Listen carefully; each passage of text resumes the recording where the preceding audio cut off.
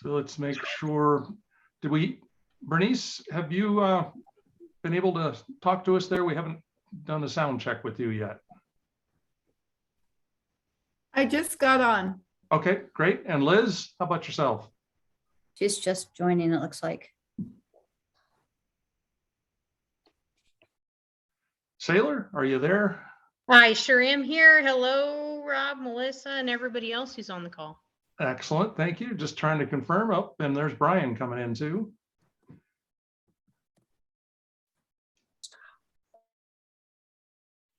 So we want to make sure Liz and Brian can hear and speak to us. Yes, I'm here, loud and clear. Thank you. And I'm sure Brian's in the process of signing in right now.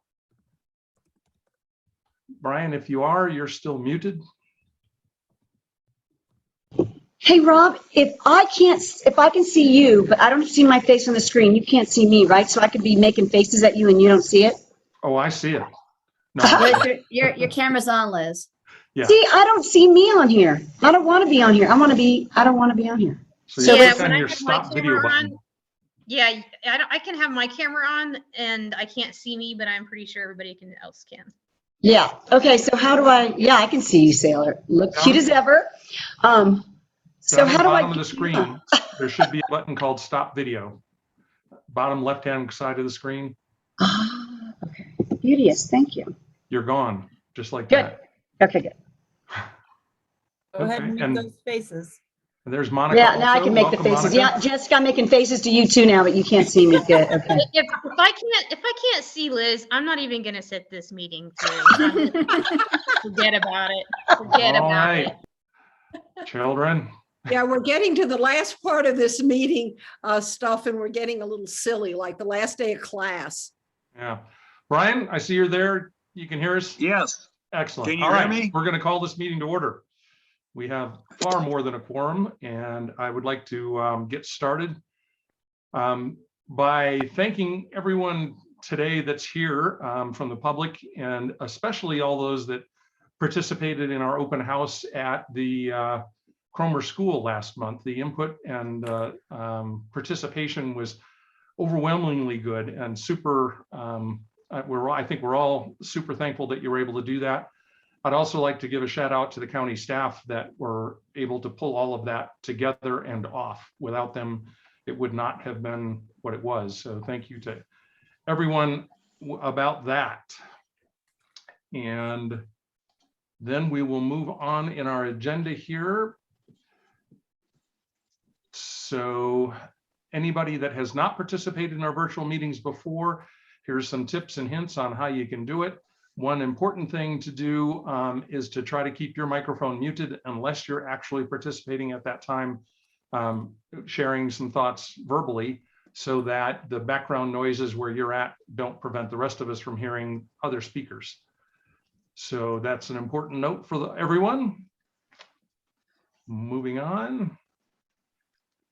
We're going to start with the welcome, introductions, updates, and public comment here. I think I've kind of already welcomed everyone. We're going to go through a quick set of introductions of the commission or committee members, excuse me.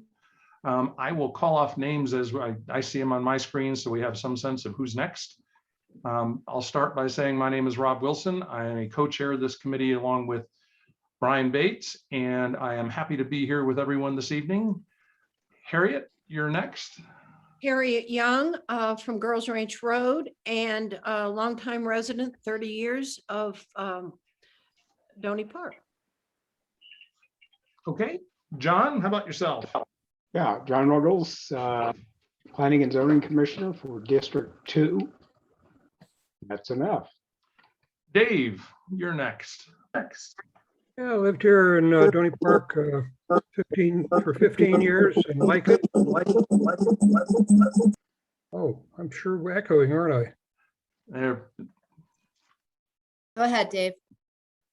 That wasn't you, Dave. Dave, you're muted right now.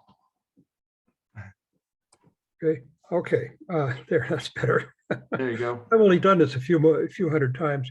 Yeah, I lived here since '06 in Donny Park and area, and like it, and I like that. And I've been involved in a number of things around committees and commissions and stuff like that. Thank you, Dave. Evelyn, you're next. Hello, Evelyn Wani, District 2.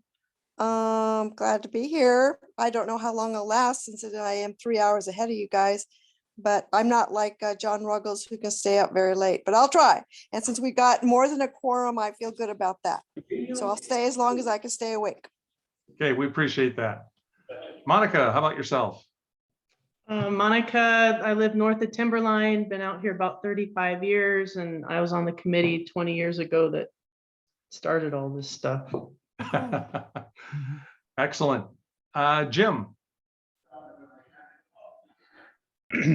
Jim Clifford, District 4 Planning and Zoning Commissioner. All righty, thank you. Bernice.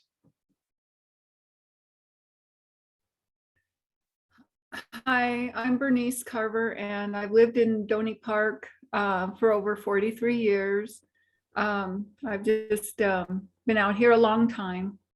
I guess that's it for now. Raised kids here, raised dogs and horses, participated in a lot of community activities, and have a great announcement that the Navajo Casino and all the Navajo Nation has voted to go entirely smoke and tobacco free. So that's a big project that I worked on when I was with the health department, and just happened a couple of days ago. So real excited about that. Thanks.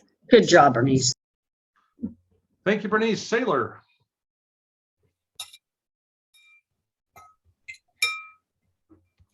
Oh, there it goes. I don't know. A little slow tonight. So, hey, everybody, I'm Sailor Caudill. My pronouns are they, them, and theirs, just to kind of remind everybody. And I am a proud member of this community. And I have a big place in my heart for Donny Park, Timberline, Fernwood as well. Thank you, Sailor. Liz. Liz Baldwin, nurse practitioner, been out here in District 4 for 27 years, been on this beautiful committee since inception, and I'm ready to dig in and make a difference tonight, once again. Excellent. Mr. Bates, looks like you're our last contender. This is Brian Bates. I'm currently up at the Grand Canyon in my beautiful 12-foot by 12-foot concrete room. Excellent. Lived in Donny Park for several years and am co-chair with Rob. I appreciate you joining us tonight, Brian, from the Grand Canyon. Looks like we have Supervisor Vasquez joining us this evening. Supervisor. Good evening, everyone. Geronimo Vasquez, Supervisor, District 2, and just want to say that was a great open house. It was fun to be at, and great job, everyone. You did awesome, and thank you, everyone who pushed the turnout. It was great. Thank you. And I believe we also have Chief Galliard from Summit Fire and Medical. Are you there, sir? If you're speaking right now, you're muted. Oh, no, there you go. I don't know if Chief Gaylord is in here. My name is Chris Fennell. I'm a battalion chief with Summit Fire. Okay. Working for the fire district for 22 years. So just here to observe and answer any questions that might come our way. Thank you. Excellent. Thank you very much. Melissa, did I miss anybody? I don't think so. All right. I think we got all the members of the committee. Yeah, thank you.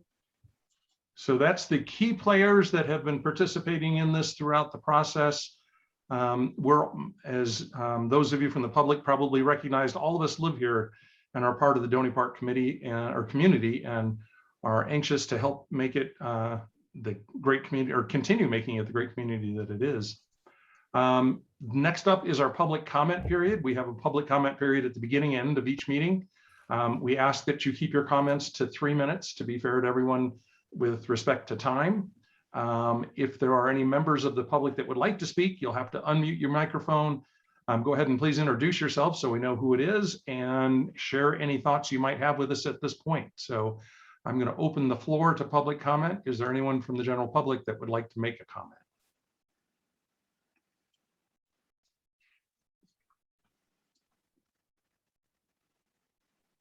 Okay, I am hearing none. So we will move on from public comment to the next agenda item, Melissa, which is a review of the meeting notes from the September 9th meeting. Everyone on the committee should have received those via email. Does anyone have any inputs or corrections to make to the September 9th meeting notes?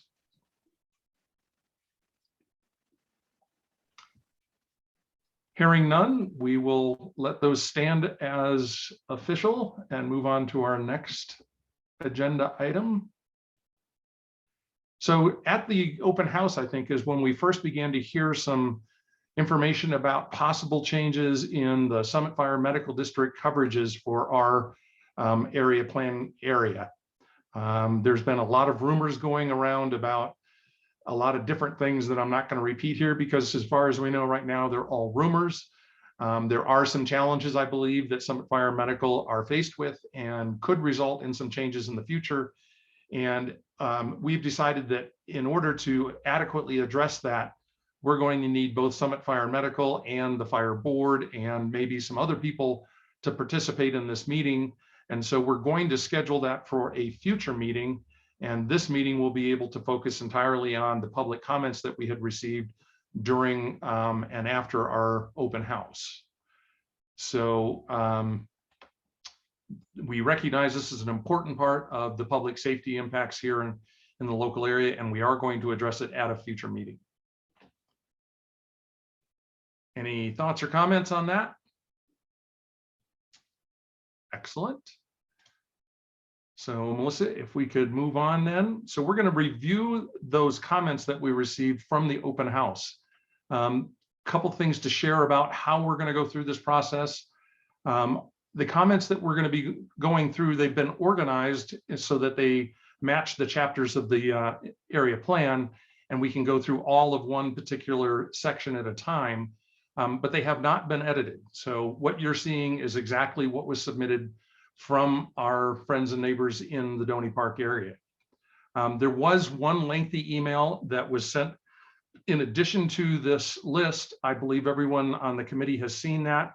There was one particular recommendation from that email basically requesting no higher densities, and that has been incorporated in the list, but the rest of that email was not just due to the length of it and the inability to effectively capture that into our list. We're going to be going through these items in the order they are on the list, and the objective will be to understand what the comment is and then evaluate whether we want to make changes to our existing draft area plan as a result of these inputs. Should we decide that that's necessary, what we're going to do is put comments on the PDF form that Melissa sent us all, capturing what we want to change without trying to get into the nitty-gritty of the actual verbiage at this time, so that we can get through the comments in a reasonable length of time and then present the next version of the draft with the proposed changes, which will of course be highlighted so that we can review those and make sure that they met the intent of our change decision while we're reviewing these comments. I made a test comment during the meeting. I had not anticipated it was going to be included, but Melissa chose to do that for brevity, I guess. I am curious to know if anyone else on the committee made any of the comments that were in the list that Melissa sent out, so that, you know, just for clarity, we know whether they're coming from the general public or from people who are involved actually in the process. Do any of the committee members, have any of us, other than my funny comment, made any of the comments on Melissa's list? I have not. This is Liz. Okay. Excellent. And let me look one more time here. Bernice, I know that you had submitted a draft review of comments that you were asked to do by Brian, and we have not forgotten about that. That will be addressed following our completion of going through these public comments. We want to make sure we are as responsive as we can be to our friends and neighbors in the area with their comments, and then we're going to follow up with the ones that you had provided to make sure that nothing gets missed. So is everyone on the committee okay with the plan moving forward here? Or anyone have any objections to the plan, I guess might be a better way to phrase that. I'm a little bit confused about what we're doing, but hopefully it'll become more self-explanatory as we go along. Okay, well, we're going to go through each individual comment individually. We're going to, as a committee, determine whether or not that comment warrants any kind of a change to our current draft plan. If it does, Melissa will capture that in a quick comment block on that specific comment, and then we'll go through the rest. After we've completed that process, we will go through and update the draft plan with the changes that have been requested as a result of this review. And then as a committee, we will review the final product. Does that help? Okay, and then you're going to go through my comments before the final product also? Oh, yes, ma'am. Absolutely. Okay, yes, thank you. Rob, this is Melissa. I didn't have a slide in here, but we did have on the agenda to, before we get into this, to just debrief the open house to see if any committee members had any comments, critiques, suggestions for the future, if you wanted to just spend a little bit of time on that. Okay. I'd be happy to open the floor to anybody from the committee who has any thoughts to share about the open house, the conduct of it, how it went, recommendations or suggestions. Yes, this is Liz, and I think next time when we have an open house, I think sticky notes don't work. When we were putting up the posters or putting them away, they were flying off on the floor, so we taped them on there. But I think sticky notes, maybe, I don't know what the next best thing would do is to write comments right on our board, because the sticky notes just didn't seem to stick. Especially, it was a windy evening too, and so when the doors would open, we actually saw them on the floor. So I don't know if anybody has any suggestions, or just let's not use them next time. Use computers and writing on the board. Good point. Thank you, Liz. Mm-hmm. Any other committee members, any thoughts to share? Yeah, I've got something that I would kind of like to poll the rest of the committee members on who were there. I think that the response from the public, once we got the message boards out there and people looking at it, I thought it was pretty positive. Although I will have to say I spent a lot of time talking about the zoning code, and I want to thank the people who kind of referred other folks to me. I didn't get to talk about the design review stuff very much, other than to answer a couple of questions, and people were very positive about the answers they got in person. So I don't know if everyone else experienced the positive feedback that at least I got.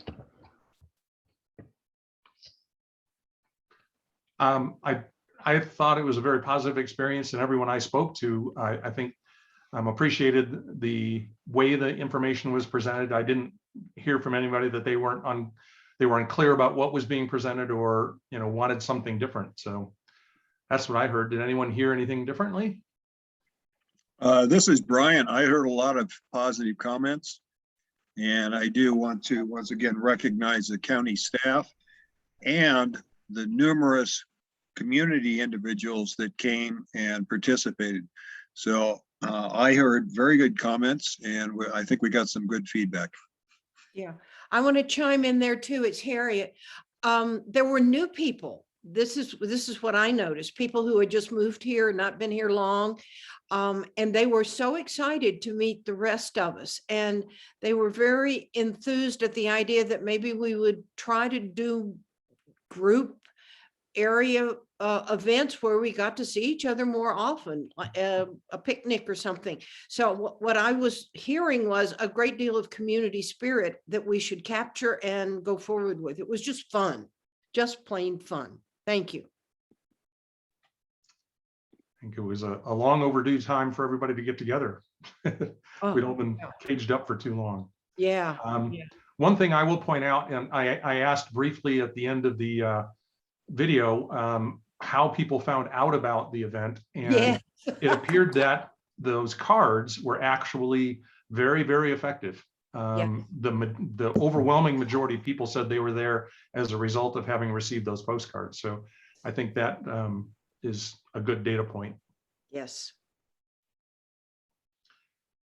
Well, this All is right. Monica. I know that Harriet had said that there were a lot of new people there. And then it also, oh my God, it was like old home week. People that walked up to me, do you remember me? And I'm like, oh my God. So very nice mix of folks that have been here new and long-term.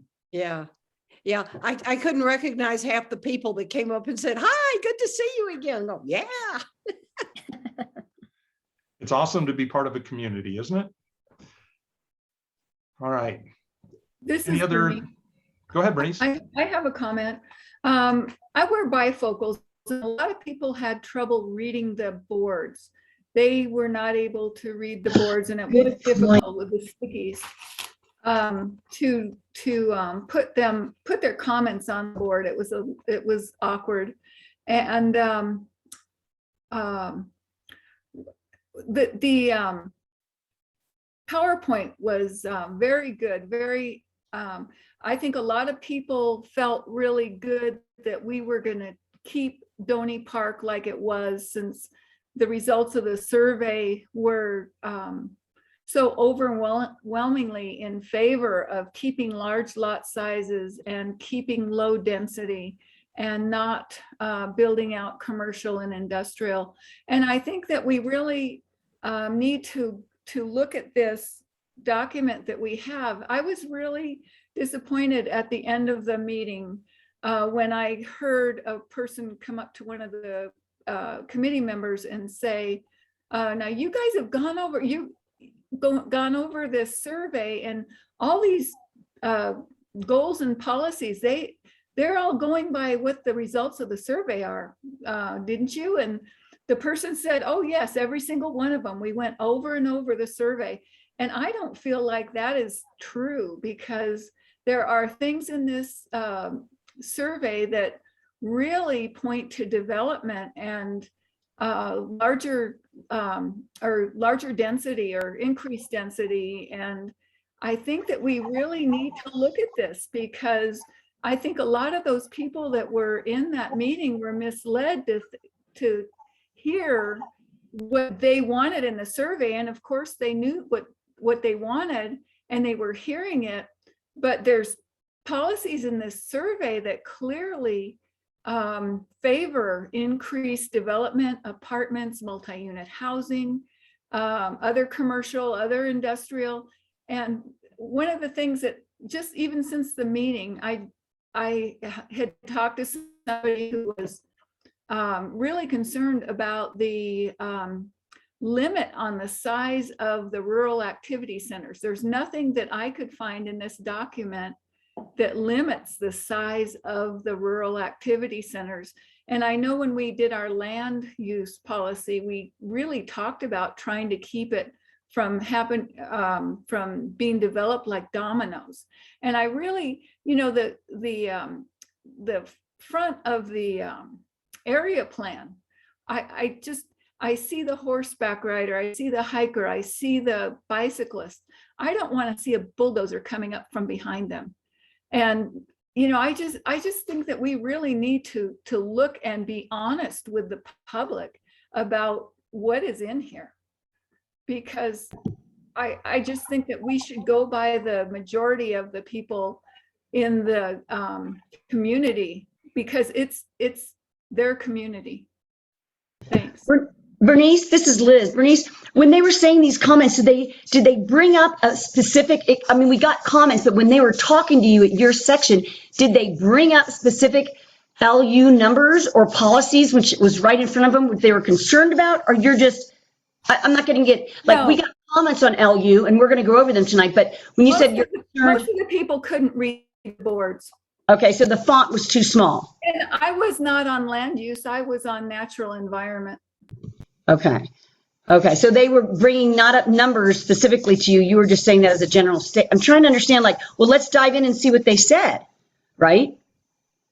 I think guess a I lot don't of understand what people you're couldn't saying. read them. I was encouraging people to go get a copy of the draft plan from Melissa. And some of them did. I said it might be easier to read. I had 50 copies with me. I gave out most of them, not all of them. Great, great. But I think, you know, when we tell people this does not favor development and increase density, the way it is now, it sure does. Well, I guess that's why we're going over it tonight. I mean, do you hear your concerns and the Well, I concerns? think So we just, everybody's concerned, and I don't want to lull the public into thinking that, okay, we know what you want, we're putting it in this, and it's not, and we're not making it low density and, you know, less traffic and noise and light pollution and all that other stuff. You know, we've got this plan right now favors development. We appreciate your opinion, Bernice. and I'm looking forward to going over your comments too, the time and the effort that you took to go through the LU. I'm Okay. excited about it. Any other comments this on is- the conduct of the meeting? Okay. Then I think we have satisfied that item, Melissa. And so we are on this slide. This is a general summary slide of the number of comments that we received, kind of where they came from, where they were, you know, where the focus of them was. We have received, I think, one or maybe a couple of comments since the cutoff. That's something that we're going to have to address. Brian, I think you and I are going to have a conversation. There has to be a cutoff at some point on comments. We got to figure out how we're going to establish that. They're not incorporated yet in tonight's conversations. We're going to hold that off until we set a policy on that. I guess there were a total of 175 comments by 42 commenters. And Melissa, correct me if I'm wrong, but was there one commenter that submitted a significant number of comments? So in the goals and policies, there were 121 comments posted in the online document by 21 commenters. So there was a commenter who posted quite a lot of comments. On the display boards, we had 24 comments on the display boards, and then you can see as you read down. Yeah. You know, so people did go online and comment that way, as well as leaving notes. And Liz, just to get back to your comment, some people did write on the display boards, and then the rest, we do typically tape those notes on there, because you're right, they don't stick on, they don't stay on. Okay. Yeah. I thought I'd heard that there was one commenter who had submitted over 40 comments, and I think so. Mhm. that citizen deserves, I guess, a gold star. If they spent that much time and effort submitting these comments, we should find out who that is and thank them. Okay, so that's the summary. And now we're going to go into the PDF document that all the committee members have received and go through these items one by one, read through them. And if we decide as a result of having read the comment that we need to reevaluate something in our area plan, Melissa has those sections that we can pull up if necessary. If we decide there is a change that needs to be made, she's going to put just a comment right on this document that we're looking at now of what we would like to see changed. We're not going to try to wordsmith everything into it tonight. We can do that offline and then present it for everybody's review and approval at a future meeting. Is that large enough for everyone to see? I think so. Okay. So is this the one that's This is Oh. the latest one that I sent to everybody. all? Melissa? And- Yeah, go ahead. I was gonna say, Melissa and Rob, Rob just said a few minutes ago, and it just caught my ear. You and Brian are gonna decide when we're gonna stop the comments, or the committee's gonna decide? Well, we've already passed the cutoff. The cutoff was the 5th of October. Right, but I thought we were going to keep on doing comments to give a little bit more time because 1 week is not very long. for Well, comment. we I mean, the Trails the Initiative actual- did it for a month. yeah, the actual website commenting process was available for, I think, until the 10th. Is that correct, Melissa? It was the 5th, but it was open. It didn't close exactly that day. Okay. But we didn't get many comments after that. I Okay. just got one email comment yesterday. Okay. That's it. I just know the initiative stayed open a month because some people are very busy with children rearing, a job, and they went to the open house and they just didn't get to it, but Yeah. I don't know. So I bet that we vote as a committee instead of just you two making a decision. Okay. Liz, this is Brian. Yep. I appreciate and understand your comment. My recollection is that we got, after the October 5th, I think we got 2 or 3 comments. Is that correct, Melissa? Just one Oh, just one. yesterday. So since the. Yeah, 5th, yesterday. So. Okay, I'm just opening it up. I just wanted to bring it up for discussion. It went right by me and then I just caught it like, oh, okay. So now we know the info. Okay. And keep in mind, there'll be more opportunities for public comment prior to the formal public hearings. This So- cutoff of the comments is just for the public meeting, right? This was Yes. just for the public open Correct. house. So we can have more people comment, until this goes to the P and Z, right? Well, I would suggest, Bernice, that until we now complete our review of it and make the changes that we're going to make as a result of these comments, Right. it might not be an effective use of a person's time because what they're commenting on could change significantly.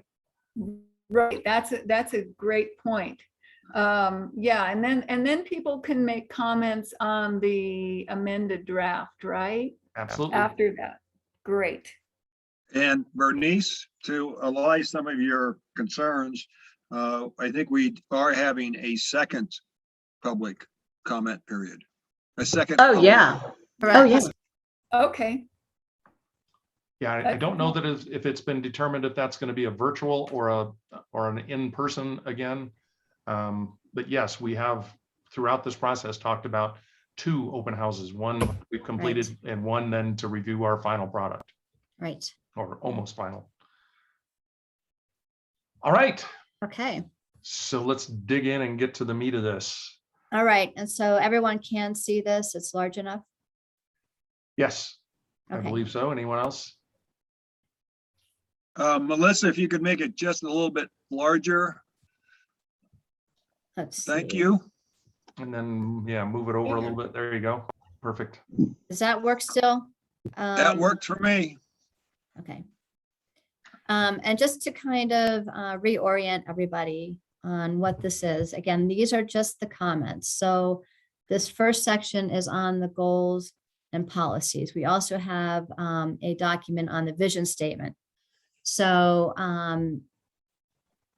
Rob, we can either start with goals and policies or we can start with the vision. But what this shows, this is the policy number in this column. And then the far right actually shows what's called the bubble number. And that is related directly to where that commenter put their comment in the document. And that's over in this other document right here. So that's how, and this comment is just verbatim how it was entered into the online format. So this document I have up right now are the goals and policies. Okay, so the first comment that I had was something relating to large lots. That's what I was going to say. That's what I had for number 1 on C character 2. And I told that to Melissa today. There's 3 actually on number 1 under characters. And that's what we were trying to discuss earlier today. The number 1, there's really 3 number 1s under the character. And yeah, I had lots too. And I don't know what happened to that. So it doesn't look had- like this? I No. had that No. also, and I printed it off. It was one of your PDFs. And it also had how many people agree with that comment. So, So that's like- this one, Okay. right? So No. this, no, that's not the, this is like a narrative. It's like a paragraph. It Like has that. Wait a Account minute. 001. Oh, there it is. There it is. Account 001. Bernice, look. There you go. There Agree, you go. disagree. There you go. There you go. So this is the same, okay? And what it is, this is the document with the policies in it. Okay, and then you can see down here, 1, 2, 3. 1, 2, 2, 3, 3. yep. Those are the comments. Yes. Okay, the other document I sent you though are just the comments, which is shorter and faster to read. Oh, you know what, They're Rob? identical. Right, but you know what, Rob? You know what it is? Number one of those number ones is under vision and one is. One is goals and policies, correct. Yeah, that's what it was, Rob. So I got 3, you got 3, everybody got 3, but they divided it into another category, vision. I just caught that. So there you go. Okay. Got, do you Well, and understand that, Rob? The number- vision is a different document. Right. Oh, I know, but the one that we just saw without the bubbles on it, the other one, that is showing just policy, goals and policy. And there is another number 1, but it's under vision. And that's, Yes. you're seeing the old documents. I was saying, there's 3 number 1s, but we haven't gotten to the vision. And that's what Rob was getting, and I was getting confused with. Got it. Okay. Because I And the have these reason- in front of me. reason why you'll see 2 number 1s here, for instance, Yeah. is because people responded to each other. Correct. Okay. I get that now that I see them both. See, I have the old stuff. Okay. Thank you for clarifying that. All right. So in the goals I and get it. policies, really, the first policy that was commented on was number 5. So in the goals and policies, CC5, work with Federal Railroad Administration and BNSF Railroad to reduce the number of train horns. That was the first comment, and this is just alphabetic by topic chapter.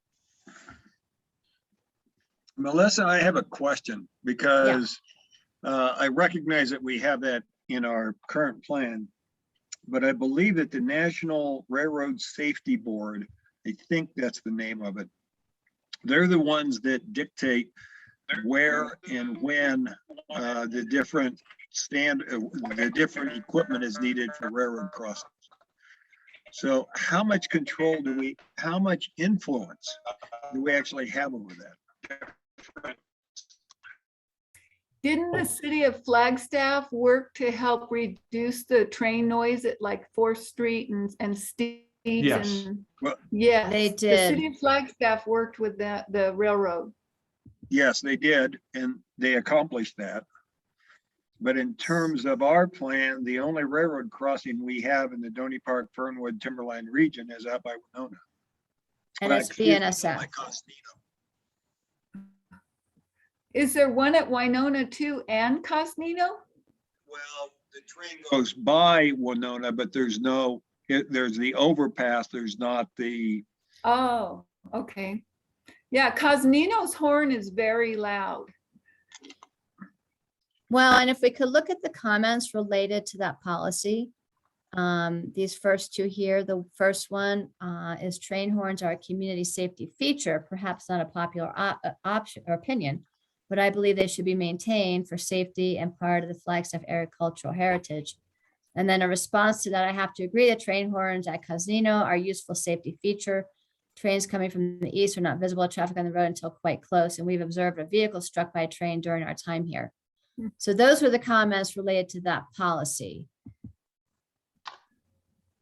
Now, you know, it's the Federal Railroad Administration and and BNSF Railroad who would work to reduce the train horns. And I think that they do consider safety because in Flagstaff, you've got the drop arms that stop traffic to prevent traffic. So there's that added safety feature. Where are those? I don't remember. I don't think I've seen the arms. No, there. in Cosnino, when it goes over the railroad tracks, there's arms there because I've been stopped on my bike.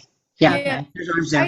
I used to live out there for many years, and it was really loud, and they do have that curve. And remember years ago, they had a derailment there that was quite horrible. And but I don't think having a louder train or louder horn is going to stop some of those accidents. I'm not sure Some that's of them what. That's not what's Bernice, I being don't think that's recommended what here. they're saying. We're trying to cut down on the noise in our policy now.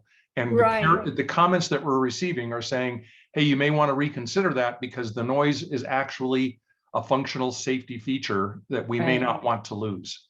So that's the Exactly. decision that we need to make here this evening is, do we let, and Melissa, could you shift over to CC5, please? And we need to decide whether or not our current CC5 saying we'd like to reduce that noise is a good idea or not. Mhm. So Well, I don't, I think getting input from the people Right. that live out in Cosnino might be a good thing. And maybe these people do live out in Cosnino that made this I know comment. at least but one of them maybe not. does. Oh, okay, that's good. But, you know, I think it would be good to get their input. And if we did change it and then we had another public hearing, you know, we could change it again. Well, that CC5 as it stands right now is consistent with a number of other places where we have goals about keeping noise levels minimum to the minimum, light levels to the minimum, you know, outside pollution, basically man created. So the question here is whether we want to extend that to something like a railroad crossing or not. That is the question. Yes. Mhm. So Okay. go ahead, Dave. Yes, I'll just give you my opinion is that I wouldn't spend a lot of effort trying to convince the railroad itself that, you know, with all our safety stuff so on, and you know, I just think it's something be a waste of time. well, I agree, Dave, because I think it's a general statement. We're saying we want to reduce the noise. And really, there was a group of people that did that little posse in Flagstaff. It was a committee that brought it to city council. And I think if people are that, we have the phrase in here, I agree with Rob and Dave, it's a waste of time because if they feel that strongly about it, they can do it because it's a lot of work. I think it was like 11 people that really got rowdy about the train noise, right? And it was like, I don't know, 10 years ago, and they made their committee, they went to the city council, they went to the train, you know, and they did their own thing. I don't know if we have that power. Maybe. It Maybe- wasn't just a few people, because it was a lot of businesses. No, but hotels that were right. losing revenue. So Yeah, it's I'm saying, but what started it was around 11 people because I knew one of the guys, Dr. Collier. I mean, I knew him and he was just a rowdy thing about, I hate the noise of that train. But it was like a handful. But I get what you're saying. It grew bigger because they did PR work and they got a force. We need to focus on our question here. Yeah. Right. Okay. Okay, So- instead of saying reducing the use of train horns, how about reducing the decibels? You know, they could. I don't know enough about it. Well, Horns. a but train they horn could is a lower the train noise. horn is a train horn. They're not going to put different horns on every engine for different crossings. The crossing process Oh, that's in what you're Flag saying. was a very long, convoluted, and very expensive, hundreds of thousands of dollars per crossing. Mhm. So our question still is, do we want to continue or expand our noise pollution improvement to the railroad crossing or not, based on the inputs that we've received here? And if we're going to be true to things like surveys and, you know, the inputs that we receive, it appears to me 2 of the people that live out in that area and experience that crossing are saying, leave it alone. Rob, So- this is Brian. I agree with you. And I also agree with Dave Browning that we're not going to have much influence on it because it's actually going to be just a decision by the Railroad Safety Board. And while we may, you know, send a request that they reconsider it, we have nothing other than a request with them. Okay, so I'm going to propose then that we strike CS5. What was CC5 in our 2001 area plan? I believe it. I don't know. Why would that? Well, I'm just curious because I know when I was living out there, there's a lot of railroad people living out there that work for the railroad. But I knew a lot of people that lived out there that would have liked the horns to be less. because they start, there's more trains now than ever before. And I can't imagine it getting less. Oh. But, if they can 3 times instead of 5 or 6 or 8 times, Those that are might make a federally difference. mandated standards that they're meeting. Yeah. So Yeah, I my- don't think we have enough information. I think from I think it's a like to have, but it's not a need to have, Mhm. because the train horns are actually not as loud as the horns that are at the interchanges in Flagstaff. Okay. This is So- Evelyn. I kind of feel that the Santa Fe and BNSF have a certain things that they have to follow as far as their own safety. If we wanted to change anything, I think it would have to go into a safety thing. But how much guidance can we really put into something that is totally out of our hands, I kind of think, because the whole idea is what those companies are doing for safety in the areas that they know need it. And I don't know, it just seems to me it's out of our hands, and we're not going to be able to tell the administration what to do. Their main consideration is safety as well, as is the comments that were put out there. So I kind of almost agree with Rob to strike it, because we're not going to be able to really guide a big Yep. like the railroad. So yeah, I would- it's kind of like nice to be able to say, yeah, we're considering for the quietness that they don't exist, but we have no say. We can guide no one in something this big. I don't know Okay. whether you can hear me. I'm Priscilla Trowbridge, and I live fairly close, maybe 2 miles to the crossing. And I don't think that you as a committee need to do that, but if you want to ask people in the Cosnino area or in the area to work on it, let them do it, but not you.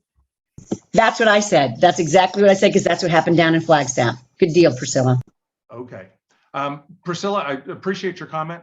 Value that tremendously. Unfortunately, during the conduct of the meeting, the agenda items here, public comment is restricted. So. Oh, I'm sorry, I didn't realize No, that. no problem. No problem at all. Oh, And this if is you just have a more, comment. It was our solution, Priscilla. You're our solution. Thank you. if you have more, please save them for the public comment period at the end. Maybe we should I'm sorry, shave. thank you. Maybe we should All right. change our rules. So, Maybe we should change our We're rules. getting back focused here, folks, and I had proposed that we strike CC5 based on the inputs that we received from our survey or from the open house. Can anybody support or oppose that? This is I have a Brian. I question. support Can it. we have discussion first? I have a question. Was any of that addressed in our survey that we sent out in October? I don't think so. I don't think so. I don't think train noise was We addressed. didn't ask about train noise specifically. We Did did ask anybody about comment? natural quiet. Yeah, Yeah, we had natural. yes, they did. They did. That kind of is something. I really like Liz's idea of allowing people to comment during these times, because it gives us information that we can use to make a decision. I understand that, Bernice, but our meetings have an efficiency standard we've got to try to meet here too. And the balance that we have chose to reach here is the beginning and end public comment periods. So let's refocus again on CC5. I saw several people who voted that they would be in favor of striking it. Is anyone opposed to striking it? Go ahead and strike. Okay, I don't hear anyone saying they're opposed to striking it. So Melissa, could you just write the word strike there for me, please? Thank you. And we'll move on to comment number, I guess, 2. So 2 was related to community character, culture, and history policy number 8. And let's read that. So 2 and 3, comments 2 and 3 were also around this Policy impacts of noise pollution should be an important factor to be considered for any actions requiring the Planning and Zoning Commission or Board of Supervisors approval. Projects should not be allowed that adversely contribute to noise pollution or that are detrimental to the quiet rural nature of the area. The county is encouraged to adopt standards to measure and regulate noise impacts, including noise levels, time of day impacts, etc. And the comments 2 and 3, if you can read those. Comment number 2, this should also apply to encouraging attention to noise control that might affect adjacent residential properties. Our neighbors' children have taken to riding ATVs frequently and fast, doesn't do much for peace and quiet. So let's stop there for a second. We'll take Okay. that one individually. I believe that that is outside the scope of what this document can control. There are ordinances and rules and laws regarding ATVs and their use, but it is outside the scope of what this document has authority, or not authority over, has the ability to really comment on. I agree with Rob. Does anyone disagree with that? All right. This is Brian. Mhm. Let's take a closer look at this for a minute, because it says to encourage attention to noise control that may affect adjacent and residential properties. That does relate to what we're trying to accomplish. The comment about the ATVs is something that I'm not sure how much we can address, but I think it is something that we could put in or have in the document, that neighbors should be considerate of their neighbors to the point of reducing noise as best possible. Now, that's just off the top of my head and not what we would put in there. I wish we could just say neighbors should be considerate and leave it there, huh? That we'd be all done. That, yes. I agree with you, Brian. As Rob said, aren't there already ordinances regarding this on the people like putting ATV tracks on their property? There are, and ATV tracks are not allowed uses in the residential zone. So if there is an ATV track where people are riding it over and over and over again, that's actually a zoning ordinance enforcement matter. Right, and it could be education too. So. Right. Yeah. I mean, I guess So I guess we can leave that in there, but we what authority do we have? They can report, but also it's a road issue. You have to talk to your neighbors. You've got to communicate. You've got to be a village, and I don't know if we can really address it unless you talk to them. but we have in previous writings addressed mentioned the ordinance that would address this, so that the community would know which ordinance, if they wanted to file a complaint or a request for investigation or whatever the proper term. Yeah, I are think that's in the enforcement section in the Yeah. policies related to enforcement, which is in land use. there. Okay. I just want to put in here, that happened out here years and years ago, and somebody thought because they had moved that far out of town, they could have, a racetrack in their backyard. And we just called the sheriff, and the sheriff read the whatever it was, the legal Mhm. standing, and they said, oh, we didn't know, and that was that. Mhm. So 68, as it reads right now, asks that the Planning and Zoning Commission and the Board of Supervisors consider noise when they're making changes. So those changes would be zoning changes. Yeah. I don't think there's anything that hurts to have in here. Agreed. Yeah. Seems like good- Agreed. Rob, I'd like to give you a comment on that. I have brought up the issue of a noise ordinance a number of times with community development, and it's one of those things that it's very difficult to come up with an ordinance that will accommodate a number of things you do in a rural or semi-rural environment like we've got. So it has to get a great deal of very careful consideration rather than just a blanket noise levels over, say, 50 dB at the property line, which is something we do with a lot of CUPs. So it's pretty good the way it's written, I think, right now, because it says, hey, you got to look at this, got to look at it at P&Z, community development, and board of supervisors level. It's a factor to be considered when making decisions, which is what our document is there to do. You got it. So, yeah. Would you like to look at comment 3, since it's Sure. related to the same policy? Okay.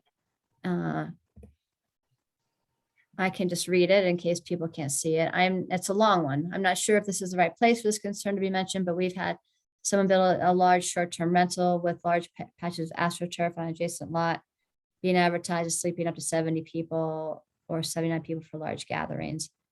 I don't think I'll read the rest of this, but that is impacting the quietness of the area. So just right there, the short-term rental property with 40 people, that is very likely a zoning violation. So I think I'm looking down the last part of this. Nonetheless, some wording should be included in the appropriate place in the plan to underscore the fact that the kind of residential uses that is appropriate for this area is not of the short-term kind that gives priority to transient visitors, but rather of the sort that is based on permanent residents who have a sense of responsibility to the character of local neighborhoods and the general look and feel of what makes this a special place. We can't necessarily regulate this, but we can certainly be on record as stating what is welcome and what is not.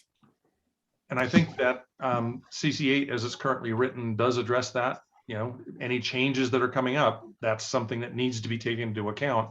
And I agree with you, Melissa. I think that's likely a zoning violation to have routine gatherings of 80 people next door.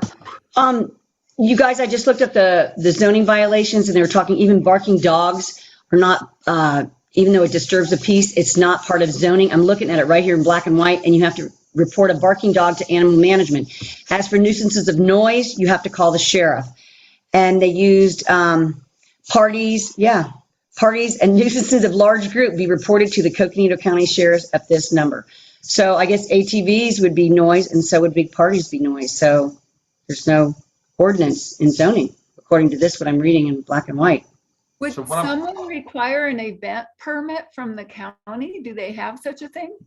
Yes, we have temporary use permits for if somebody's having a wedding or something like that, then, you know, that would require a temporary use permit. So what I'm hearing is, it sounds like everyone thinks CC8 as it's currently written does Yep. inform the Yep. decision makers as to what we would like to see them considering. Does Yes. anyone disagree with that? Okay. Then it sounds like comments 2 and 3 have been addressed. Okay, so the next policy that was commented on, and rather comment number 4, it was between policy 15 or 16. I'll just read the comment real fast. This should also include consideration of the local landscape and overall environment. The natural features in the area are an intrinsic part of what give it a unique character. Development should not clash with or unnecessarily destroy the existing environment. So looking at number 15 and 16.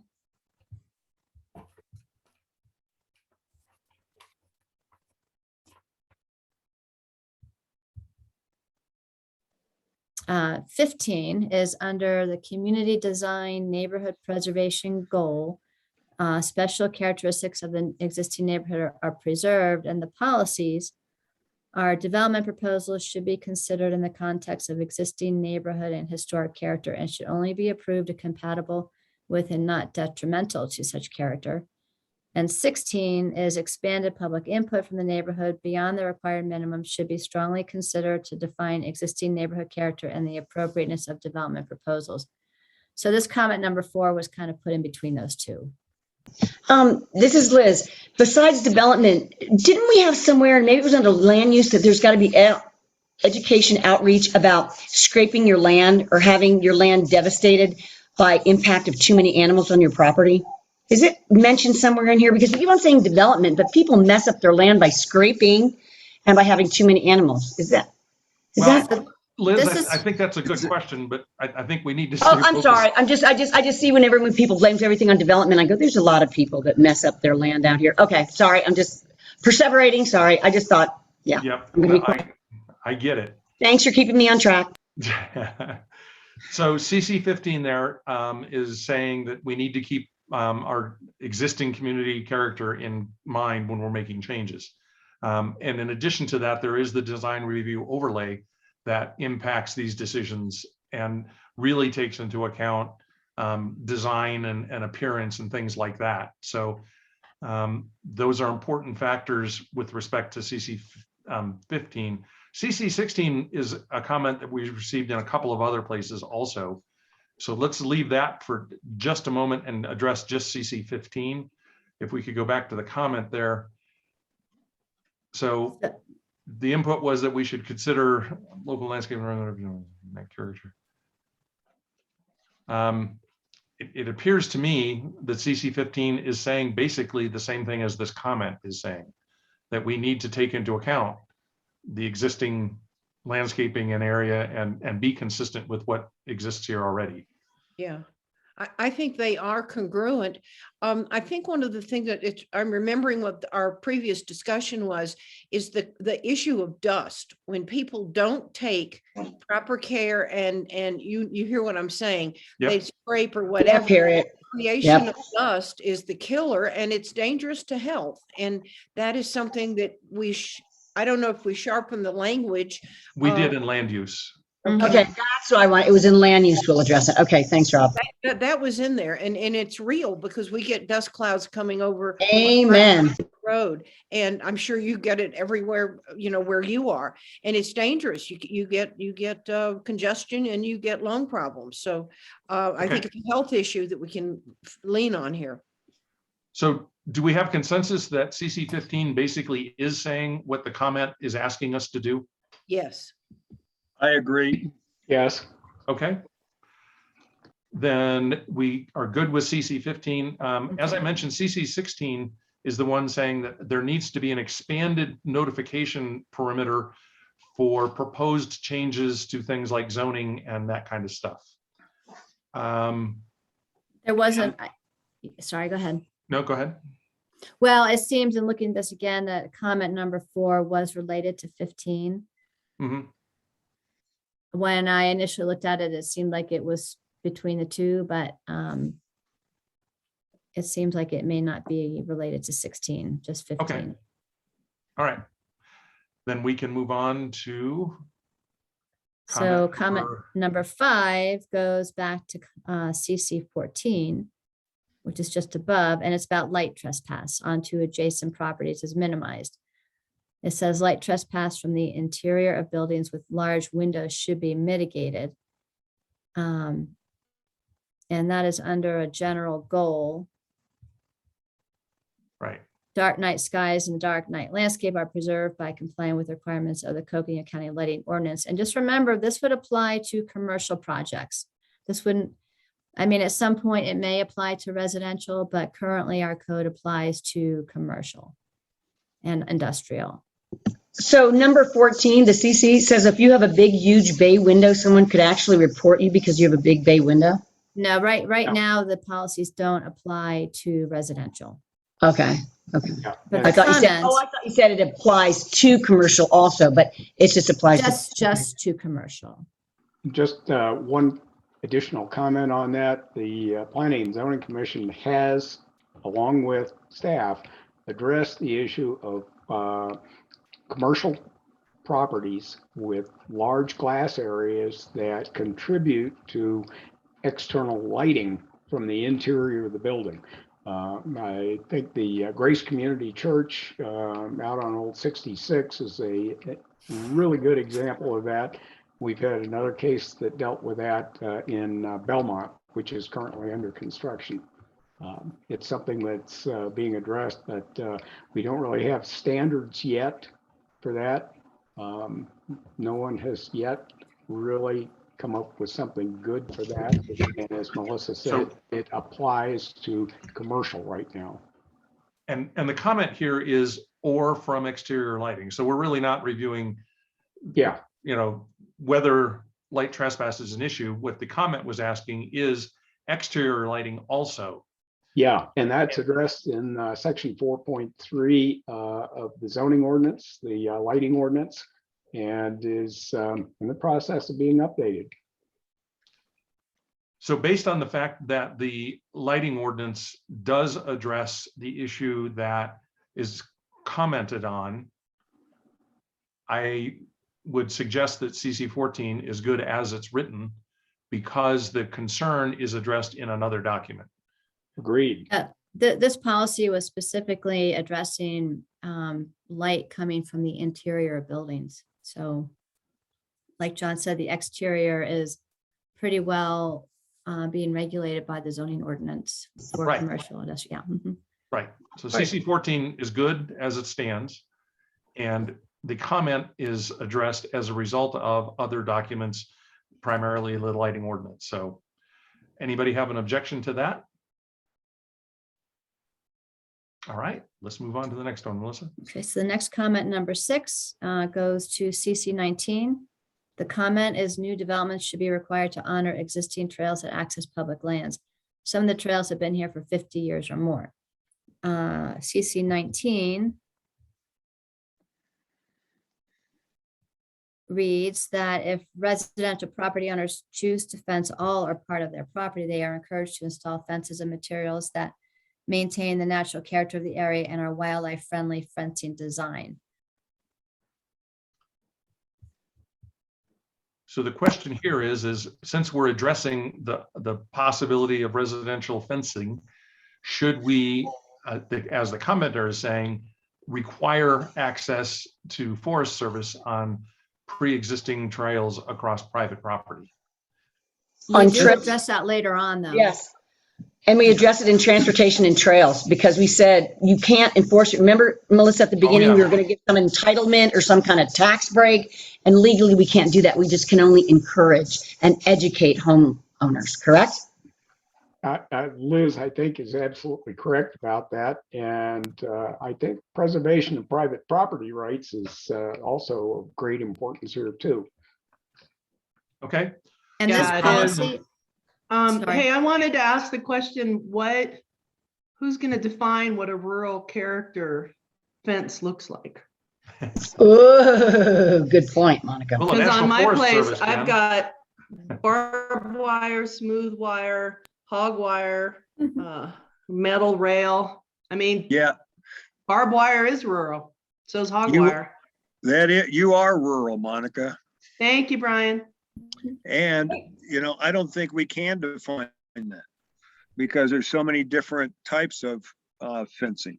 And the good news is we don't have to here. We're Yes. leaving that up to planning and zoning and our board of supervisors. We pass the buck upstairs. Yeah. if somebody does call in and they want to understand about wildlife-friendly fencing, we have standards for that. Oh, hell, those elk will go through anything. But anyways, yeah, the only thing about passing the buck is we've got some people on the board of supervisors that, live in the middle of Flag. All right. And I mean, I would hate for having somebody to all of a sudden make the judgment that T-post and hog wire is ugly and doesn't look good, but that's what most folks who have livestock out here use. Sure. We've debated CC 19 already. The question here is should we modify it to include requirements for access to existing trails? And it sounds like everyone here is agreeing we have had that discussion and agree it should not be included in CC 19. Excuse me, this is Bernice. I feel strongly that when there's a Forest Service trade and it becomes private land and then it's developed, that would be an opportunity when it goes to planning and zoning for the development to honor the existing trails. The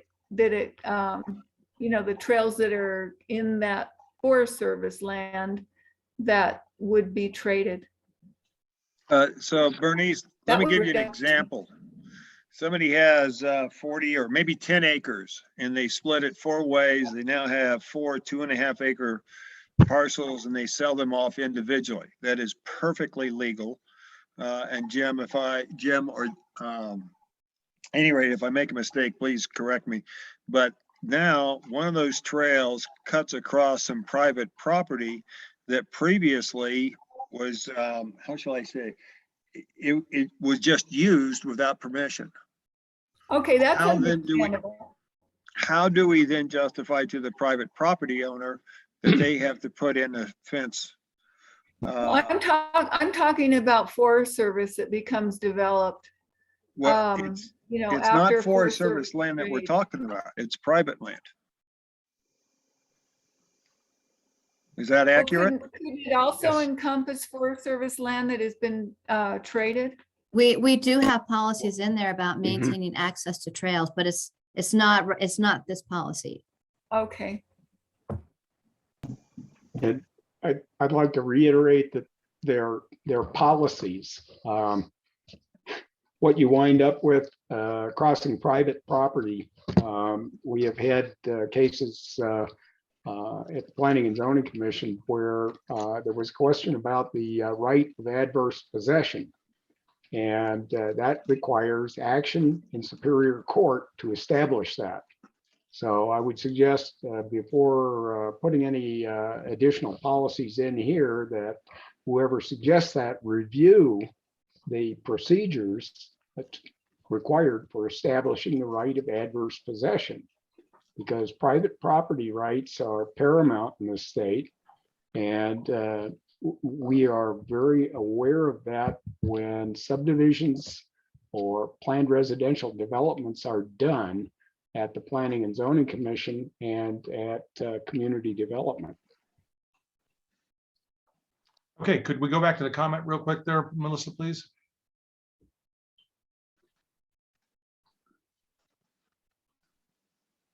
So we've agreed that CC 19 is good as it is because we cannot add new development should be required to honor existing trails. Anyone object to that? All right. We'll move on to comment number 7. Okay, Rob, if I could, so comments 6, 7, 8, and 9 are all related to this policy. Okay, so let's go back to the comments then. So comment 6, We have just addressed. we just did, sorry, just in number 6, so 7. Private landholders should not be able to fence off and create lot gates to federal lands, especially for horse riding and hiking access. Those easements need to be honored. The landowner knew of federal land before purchasing the property and cannot now block off forest federal land access. So this falls into the exact same category that we just discussed. It's private property and they can fence it if they want to. There's just nothing we can do about it. We should leave names out of this, I think, but go ahead. Well, the next comment, number 8, that was typed in Yeah, to the system. Yep. My neighbor feels strongly that care should be taken not to undermine easy access to national forest areas for walkers and horse riders, especially as residential lots are developed next to forest holdings. This So would include, go ahead, Rob. well, so this comment is basically a repeat of the previous 2. Right, I don't know that we need to read the whole thing okay. to show it due respect. And then comment number 9, are there any current guidelines, rules in place for this already? And what are they and where can we find them? Is a permit or approval required before installing fences? So that's a question, not a comment. I don't think it warrants any change to CC 19. And I think the previous 3 comments all are addressed with our discussion earlier that private property rights authorize the owner to do what they wish. Anyone object or disagree with that summary? All right. would Okay, it be possible to work with the Forest Service to try to honor the trails when they do a Forest Service trade, so that those existing trails that are historic can be, I mean, like we've got some Beal Wagon Road trails and things like that that are going through properties. Is that something that we could encourage the Forest Service to honor when they do Forest Service trades. Hey, Bernice, that sounds like a great idea. Unfortunately, that's way outside the scope of what we're trying to get done here tonight. It's certainly outside the scope of these comments that we're addressing right now. My other comment would be is if there is an easement, then that easement has to be honored or recognized. And that I think would be the only way you'd be able to have such a fencing. If there's no pre-existing easement, I don't think you can do anything. Wow, Brian, that's a great idea to have some of these trails designated as having historical value and create an easement for them. I think Bernice, I think you could do that. no, Bernice, another thing is it's the same thing with roads. And if you have your road, or let's say that path open for 7 years, I don't know the exact for paths, but I know for roads, then it becomes an open easement and people can't take it back, grant it to the community, right? I don't know what's that called, but it happened on our street. I've got to correct you on that. Okay, thank you. That is Correct called me, I just asking. That's called the right of adverse possession. And Oh, the way it good. works in Arizona, there is not a 7-year or any other arbitrary period of time over which it is established. You have to go to Superior Court and file action Oh, in order to get that right of adverse possession. My neighbor said it was, okay, good, that's good, thank you. Thank you. So you have to go to court, okay.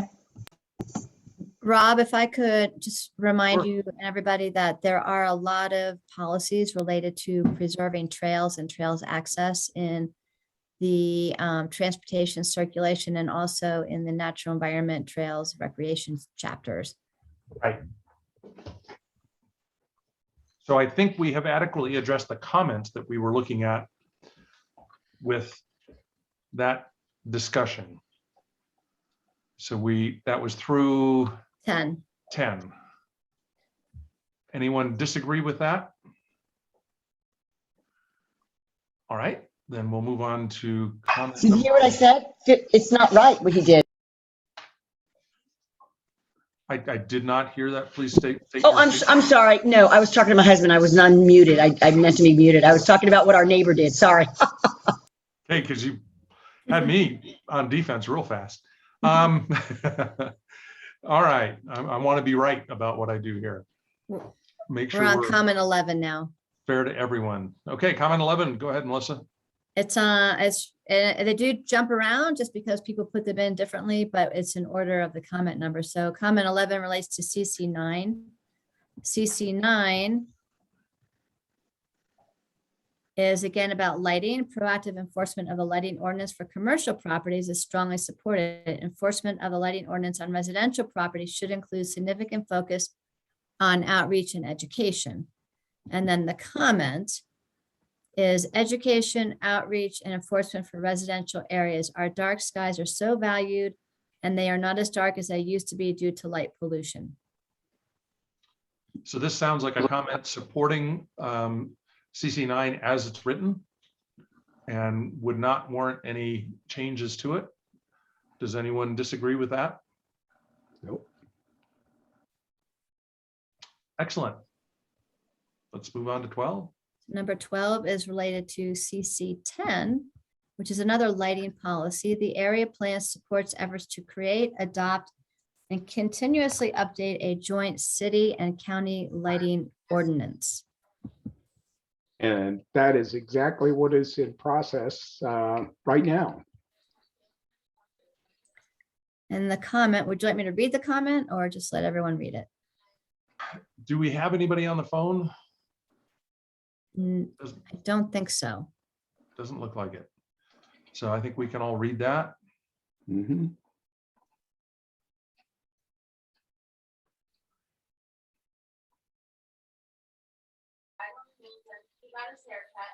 So the summary of this comment appears to be, let's not increase density because the increased density will adversely impact our dark skies. Is that a fair Right. characterization of what you read in this comment?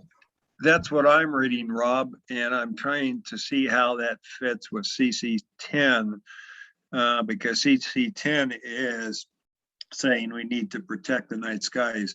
And I'm wondering if this comment should be moved over to, where would it go? Well, that's where Brian, that's where the commenter commented. Oh, that's where the comment. Yes, you can see Yeah. comment 12 was put with CC10 about Yeah. updating a joint city-county lighting ordinance. Just for everyone to be aware of, that the update that is in the works takes into consideration the effects of increased development and growth, because the standards of lighting that limit the lumen output per acre will be dropped considerably for commercial and also for residential as well. Okay. So they're asking us to maintain our dark skies, and our CC10, I believe, states the importance of that from our perspective. And so it's basically an endorsement of CC10. Does anyone believe we need to change anything with CC10? Okay. Well, let's move on, Melissa. All right, so comment number 13 relates to CC 22. So let's look at that And real quick. number 22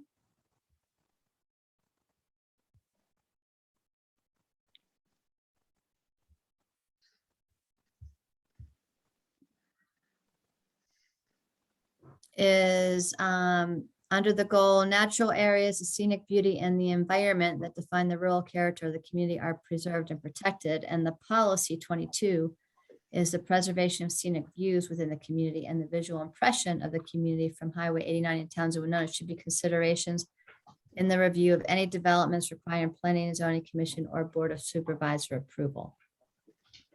And the comment number 13, you can read it there.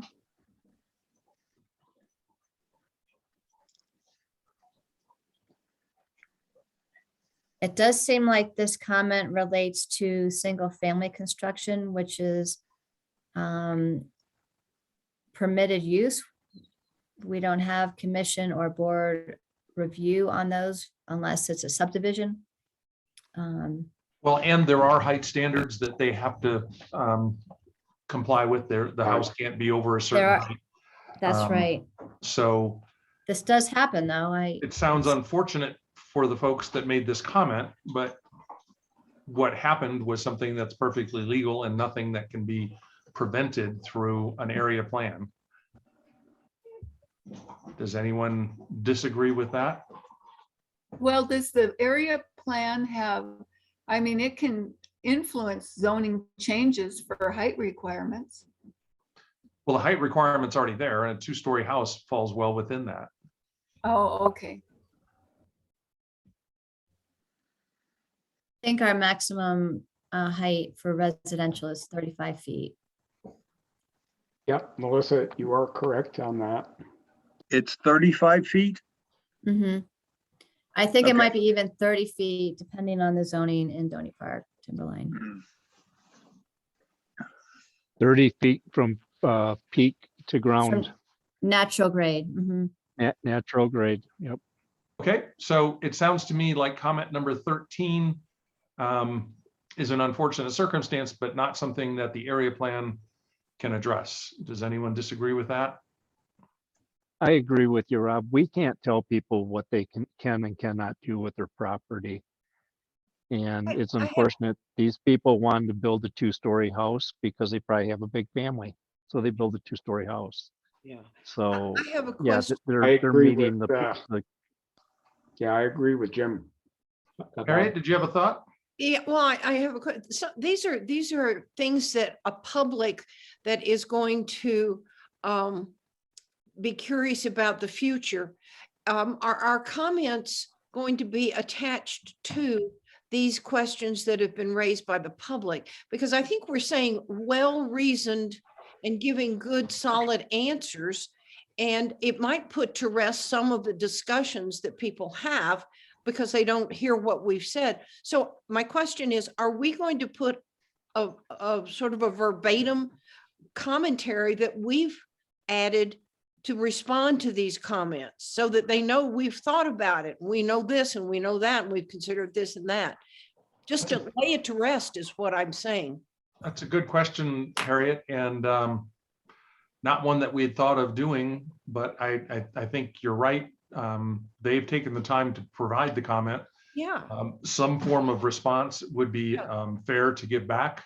Yeah. Fortunately, we're recording this, Yes. and I'm guessing Jessica probably would love to sit down and extract from our recording Sure.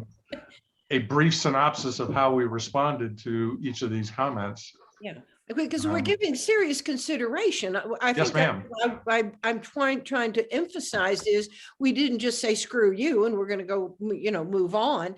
And they need to hear that the reasoning refers to the law and common practice and property rights. We can't just overturn everything that you or I might want. Right. I just think they would be impressed with the quality of the discussion. And the other thing we can do is certainly encourage those folks to review this video online themselves and hear the complete discussion. So that might be something we need to, publicly or get that information out, that resource is available for the folks that participated. Fortunately, if they signed in with an email, Melissa has that email address and we can start sending out an email to everyone saying, hey, we got through comments X, and the results of that discussion are located at this web link. You can watch the video yourself. Yes. I think sorry, go ahead, Harriet. Yeah, feedback. I think that's exactly what we ought to do. Excellent. Thank you. I agree. This is Bernice. Melissa, when people signed into that meeting, did they give you their contact information to add to your list to let them know of these meetings? Because they knew that we would be discussing this. Are they added on the list of invitees to these meetings every time we have a meeting? So yes, we got probably 50 new contacts from the open house sign-in sheets. Yeah, and I put it on nextdoor.com. I put it on facebook.com. John Paxton sent it out to the neighborhood watches. I also put it in the Arizona Daily Sun. So a lot of people knew of this meeting tonight. So I just wanted to add that Melissa's, getting the word out to the others on her list, correct? And advertising these meetings. And not everybody that signed in to the open house gave an email address, of course. So if they didn't give an email address, we don't have a way to get back to them. Okay. Well, I'm just saying that a lot of people have an opportunity to come to these meetings. Yep. So what we can do is we can watch the video and I think it'd be best to have folks watch the video themselves. That way we're not relying on anybody else's interpretation.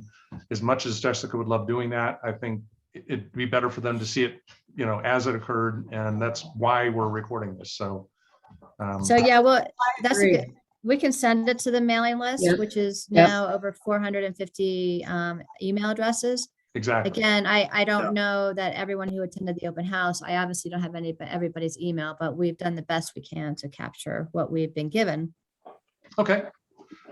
But Melissa, I think that really demonstrates our effort to be communicating with our community, and as such, demonstrating a level of respect for their comment, For their interests. whether or not we have done what they requested or whether we could. Okay. Good. I think we've addressed Harriet's concern, or I hope we have, and Thank we you. can move on to comment number 14 there. Okay, so 14 then was related to policy 25. And policy 25 says incentives to property owners should be provided by the county to clean up trash and fire fuel debris through regular community cleanup days, reduce landfill fees, and additional free landfill days. Oh, okay. And then the comment was, we like all these statements and our suggestions to offer coupons, and this is done anyway. So in effect, they are voting in support of CC 25 as it exists. Yes. Yeah. And so should not warrant any changes to CC 25 unless someone believes differently. Can I see CC 25 It- again? Yep.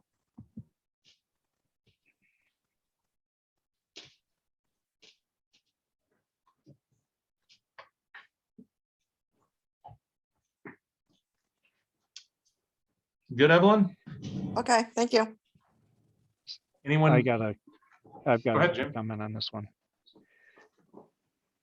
That the 25, we have in there additional landfill days. Mm-hmm. Addition of free now, our- landfill days. Free landfill days or free coupons to get into the landfill is what the comment is asking. Because we do get 2 coupons, one for debris and then one for pine needles. Sorry, I don't have pine trees on my property, so I can't use that one. Well, But I think it's I green think trash, isn't it?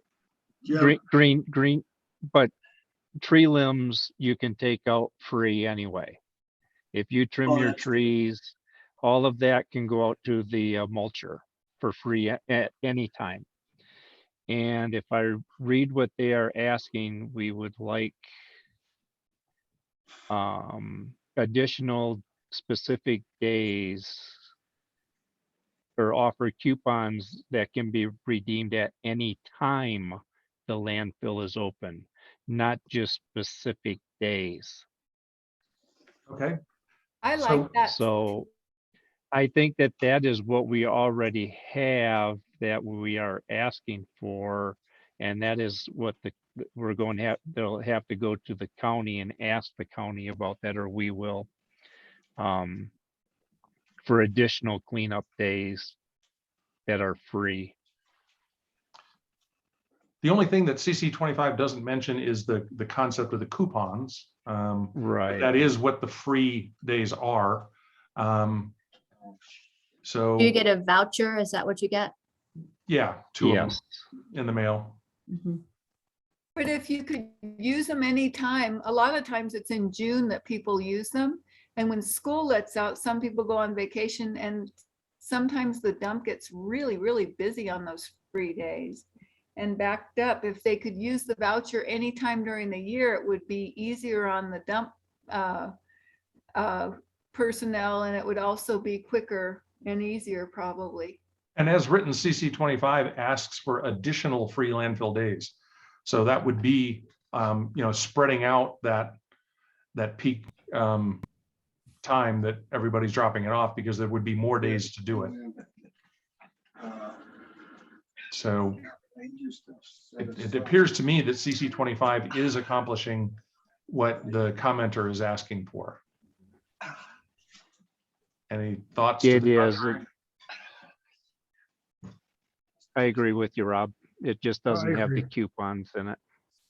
I like the idea of offering coupons that can be redeemed at any time. That's what they said. Anytime the landfill is open. So That's what they're asking you said for. it was all hunky-dory and good to go and. Hey, Brian, I think you might I got here. need to be muted. Let's go back to the goal again, or the policy, I'm sorry. Oh, All I right. think what they're asking, their suggestion is to offer coupons that can be redeemed, or vouchers that can be redeemed anytime the landfill is open. And, just, it could be that a certain number of vouchers, but you could just spread them out during the year. Some people might have, people have different kinds of trees and Right. different, yeah, and, So- pine needles and, different types of things for different Thank you, types Melissa. times Yeah, of I the think- year. I think I think this, I think this would be something you'd have to talk to the landfill people if they Sure. would want to have coupons show up.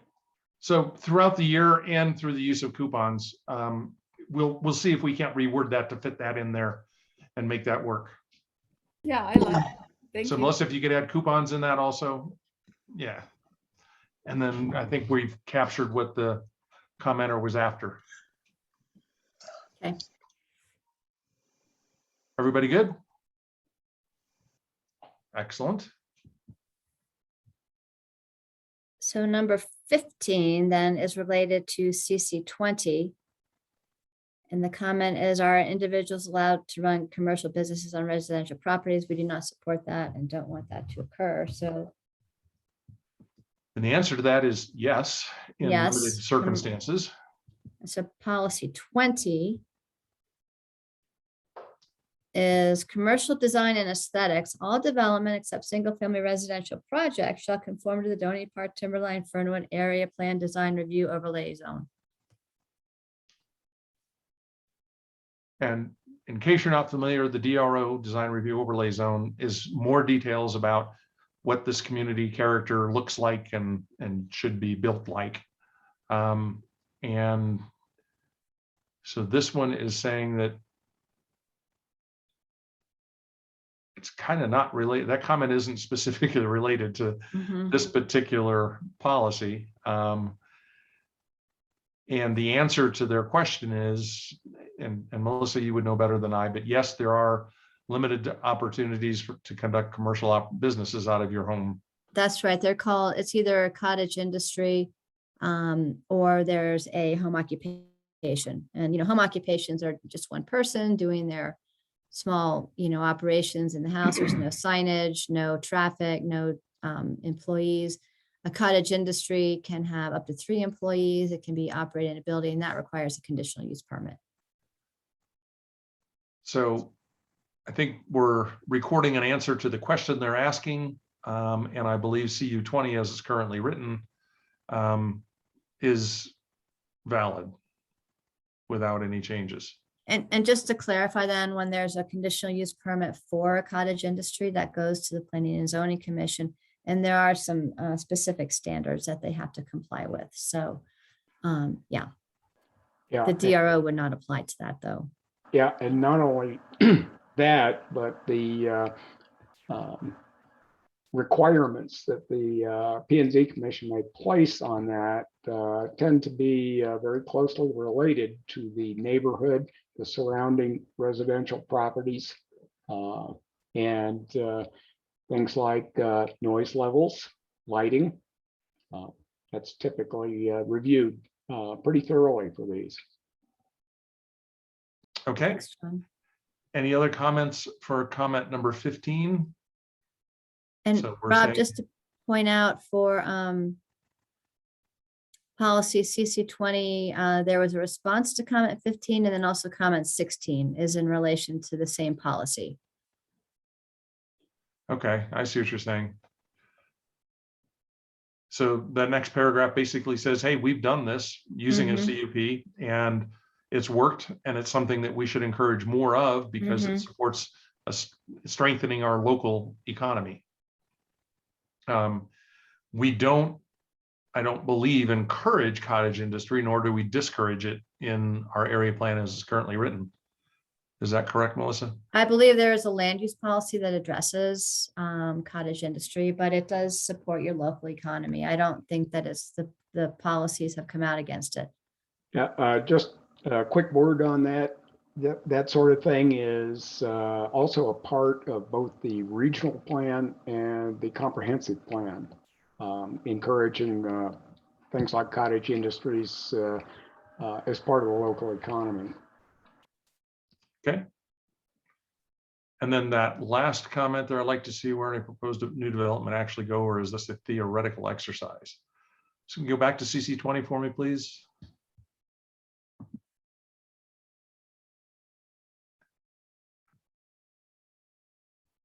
Okay. So this is, I guess the answer here would be yes, this is a theoretical exercise because it's not proposing any specific new development. It's just saying any that does happen should comply with the DRO. And then additionally, the location, of course, has to be posted if it's a development, if it's commercial, industrial, going to have to be posted and go to a hearing. So I think that would answer that. Okay. So 15, 15, and 16 have now been addressed unless anyone has any additional comments. Going to number 17. Number 17 is related to policy 26. And 26, discourage illegal dumping on adjacent national forest lands by actions and by publicly promoting pride of place, stewardship responsibilities for public lands, forest health, and I can't read that because I put the box over it. Similar values. Okay, and then we go back to the comment.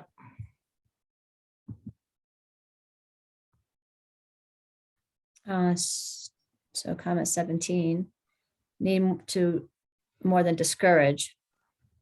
So this becomes a law enforcement issue, which I believe is outside the scope of our area plan. Anyone that sees illegal dumping is encouraged to report it to law enforcement so they can take the appropriate action. Does anyone see a need to do anything different in CC 26 with respect to illegal dumping?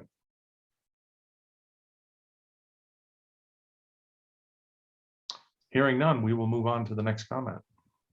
Okay, number 18 is in relation to policy 23. New or replacement utility lines should be buried unless conditions would result in excessive ground disturbance and expense. And the comment is, please bury all of them.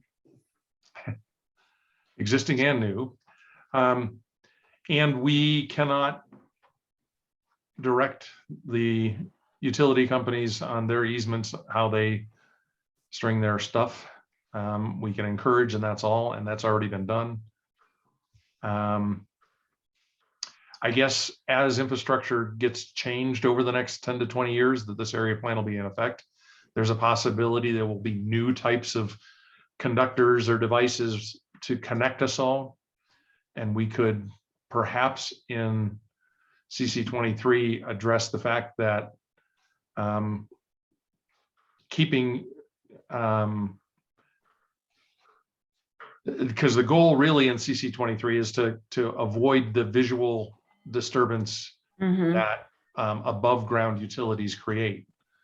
And perhaps it could be rephrased in a way to address that in a more ambiguous way that would cover anything, not just overhead lines. Yeah, Rob, I want to throw out just another reason why you would want underground. You know, I'm at the ends of the earth out here. And when we have bad snowstorms, we lose electricity because those lines are so old. Those posts have broken. You've seen that in the last year. A couple of the posts break. So they don't upgrade it at all when they have the repairs. And if we can have some kind of statement about that the APS ought to take proactive measures because of the wind and the weather that their stuff has to endure, that it would be good public policy for them to improve and put things underground. It's not just a beautification project. It's an actual, your electricity's out for 3 or 4 days in a snowstorm. There's one thing you need to realize is that when we do a subdivision, you can require the developer to place the utilities, electrical distribution in that subdivision underground. Where Rob and I live, that has been done. If you take a look at Johnson Ranch, same thing there. But that is the purview of the developer. The rest is up to APS. And then you've got to work out who pays for it. But, you know, if you want to say encourage it, you bet. Because there's a possibility going forward 10 to 20 years that, you know, power lines will probably still be around, but the way we connect via the internet and other things like that might be completely different. There could be new different kinds of towers or devices on poles that connect wirelessly with different things. So encouraging, you know, minimal disturbance of our view sheds and maximum reliability of utilities is ultimately what CC23 was intended to do. Yeah, and reliability is what counts to me, is in a snowstorm, having no electricity. We've done it for 3 days at, a couple of times, and it's really scary. Sure. Melissa, could we perhaps put a comment there that we address view shed and reliability in CC23 in a rephrasing of it, and make it an encourage. So as infrastructure is upgraded, encouraging minimal impacts on view shed and maximum reliability is what we're really asking for here.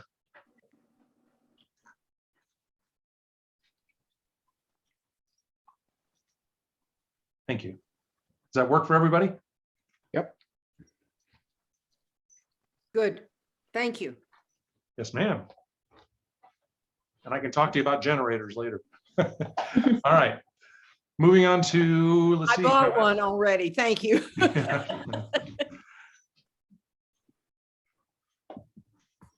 Okay, so the next one was actually one of the email comments that was related to community character, culture, and history. So it does not have a bubble or a policy number. It was a general comment. Could I interrupt 1 second, Melissa? Yeah, yes. We're at 1 hour and 45. Does anybody need a 5-minute break before we continue on? I could. Okay.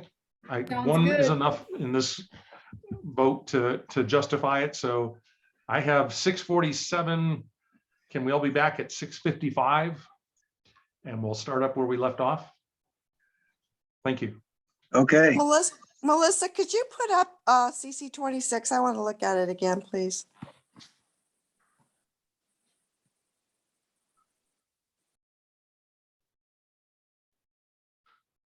Do you see it, Evelyn? Yes, thank you.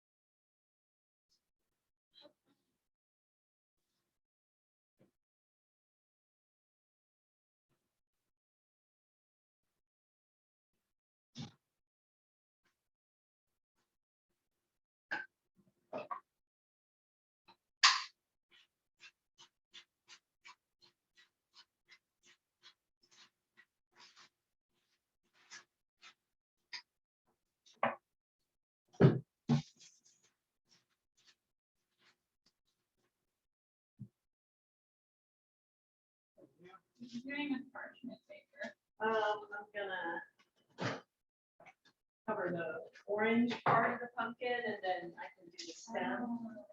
It's on a 5.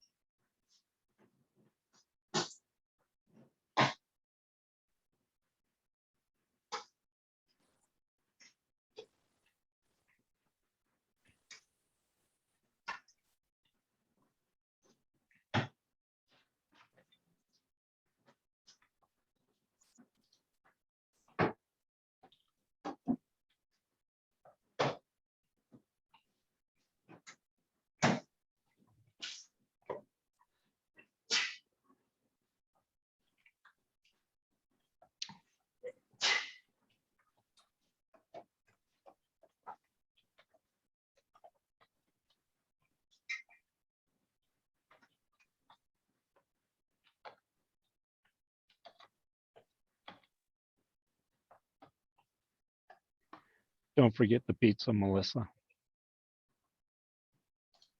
Jim, it's at the end. You'll have to wait. It's definitely But there. I'm hungry now. I know, I'm so sorry. I just went to the fridge and got some leftovers, so. Well, since our pizza has been virtual, I have to assume that your hunger is also virtual. No, that's real. Okay. I'll just sit here and eat my veggie straws.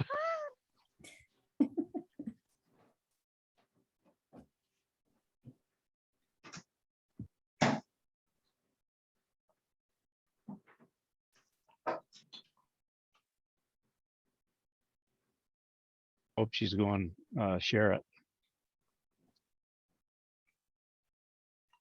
Do you want me to share it now, Jim? Would that help? No, I was just kidding you.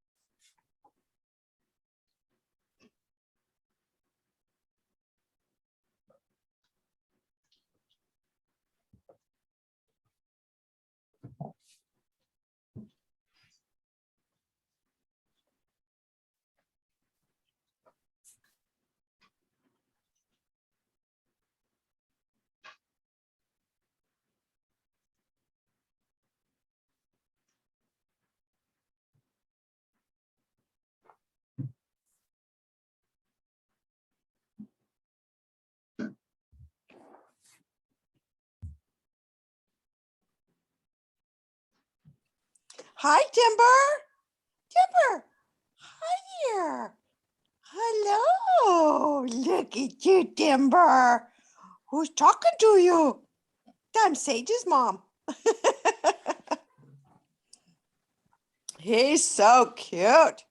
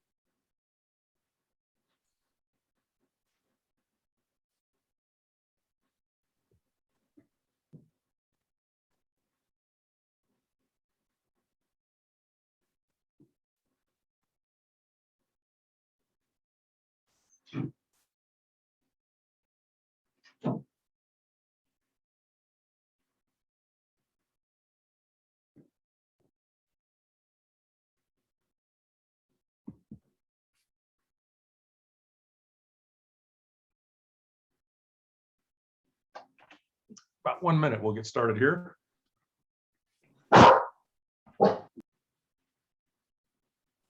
Rob, can we go back to 26? Yes, we'll start there. Good, thanks.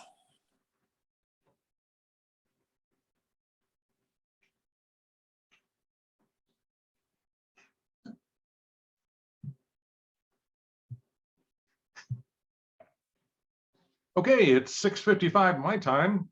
Hopefully everyone has had an opportunity to rejoin us here. Let's see how many committee members. If you're a committee member and are back, if you could turn your video on for just a second so I can make a quick count. Got 1, 2, 3, 4, 5. I think I'm. Oop.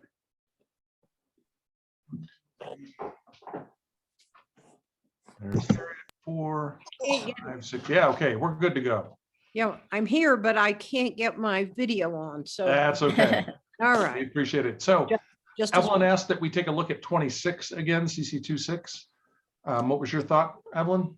After looking at the comment, I'm just kind of wondering how, well, like, let's see, yeah, the discouraged, we need more than discourage. But yeah, we've come to the conclusion, of course, that we don't, it's something for the sheriff. So my question is, it says discourage illegal dumping by action and publicly promoting pride of place. I guess I'm just kind of wondering, how is this supposed to be done?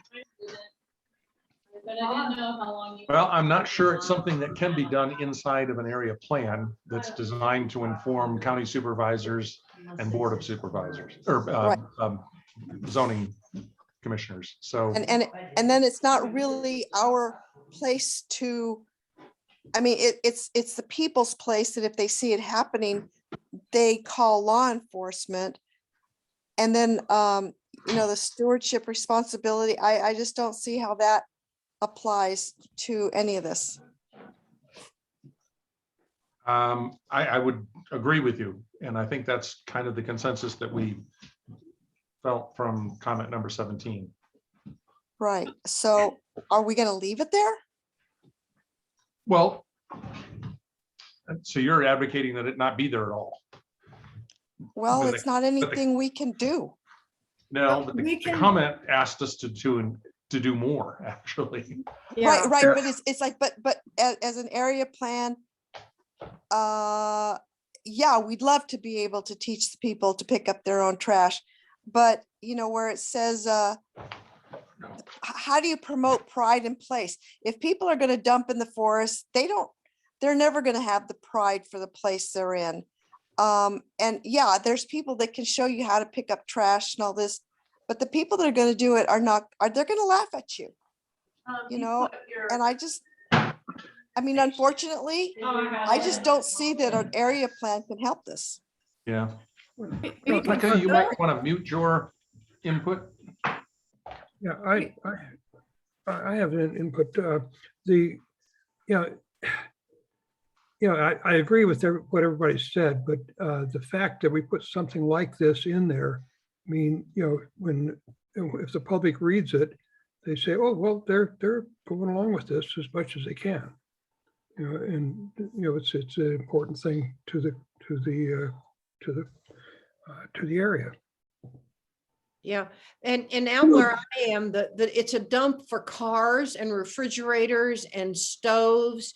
I mean, we've got an appliance store out here in the forest, and it's very expensive for people to pick it up. I mean, we have to pay people to come out and haul it away.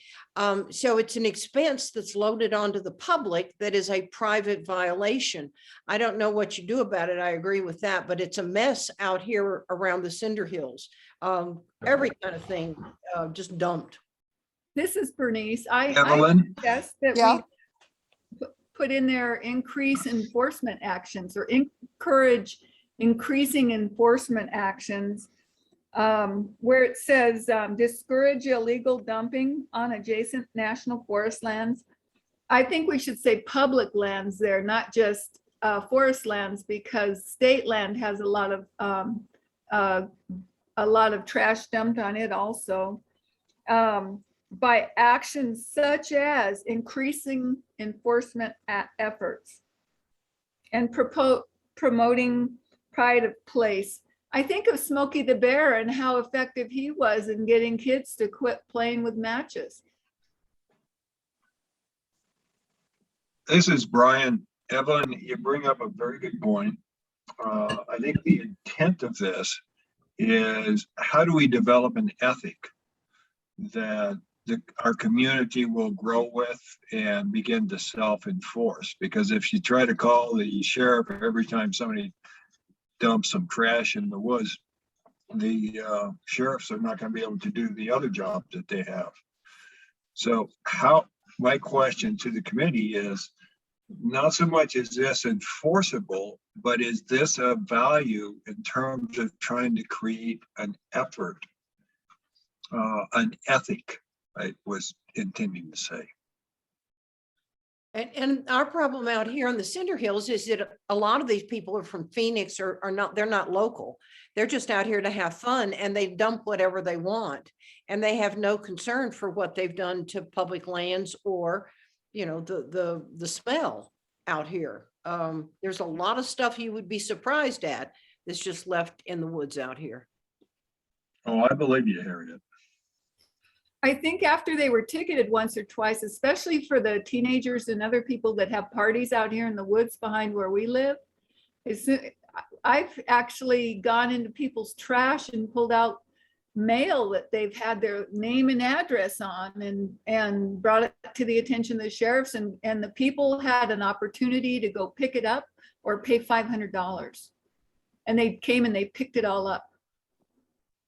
Good. And that's I've what never needs to seen happen. trash out there again. Bravo. The question still comes back to what belongs in the area plan. We would all like to see that kind of behavior. But what should we have here in our area plan? The statement is discouraging that, and it's informing both our Board of Supervisors and Planning and Zoning Commission that any actions they could do that would help promote that place, you know, your sense of place, your stewardship and those kinds of things should be taken into consideration, should be done. Mhm. It's not enforceable, it's not actionable, but it's informing the decisions that they may make, which is the intent of this. Mhm. I think that we need to ask or add, in addition to national forest lands, other public lands.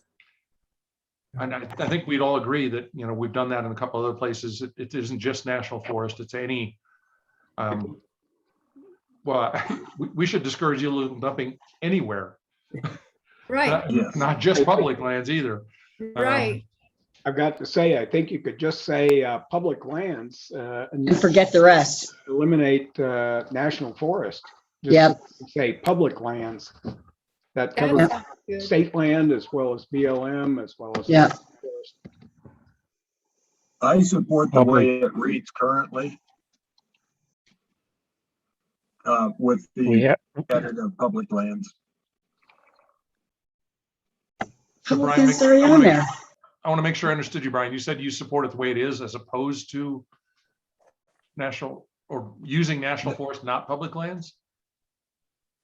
Thanks for asking, Rob. I support the way it is currently written with use of public lands as opposed to just national Okay, forest. good. I think we're all on board with that. Anybody disagree? I've got Hearing that none. noted in here. Okay, great. Thank you, Evelyn, for bringing that back. And we can move on now to our comment, what, 18? No, we've done that. We were on this email comment. Yes, there we go.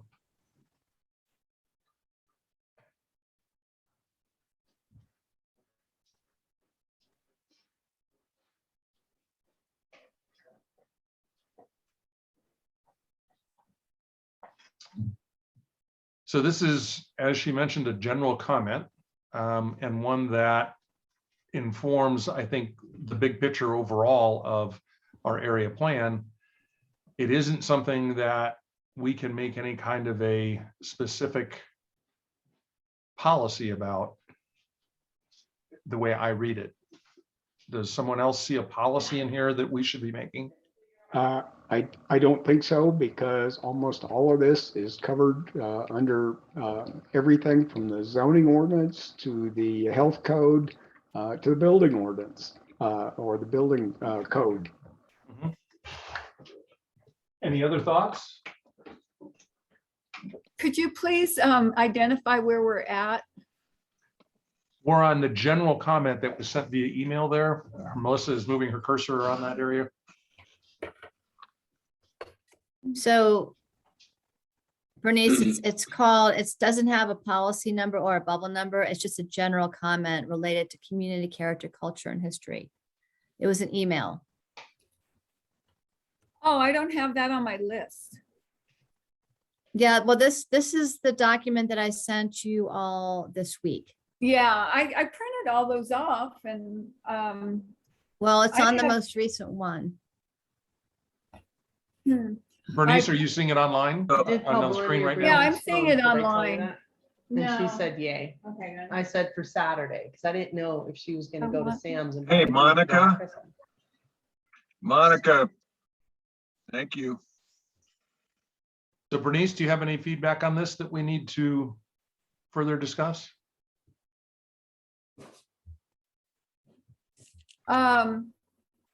No, I'm just curious. I thought I read that somewhere, but it must have been, I did read the emails, so you must have just added this in. Yeah, that's what we did, Bernice. I It was took in the the previous. emails and put them in the table. Right, okay. I read it on the computer. Okay. So moving on to comment number 19, asking if there's a way to reduce the cost of recycling. They've lived in places where it's been free of charge or super cheap as ways to encourage it. And I would note now you've moved into community services. Yes, we have completed our first chapter. So community service policy 6.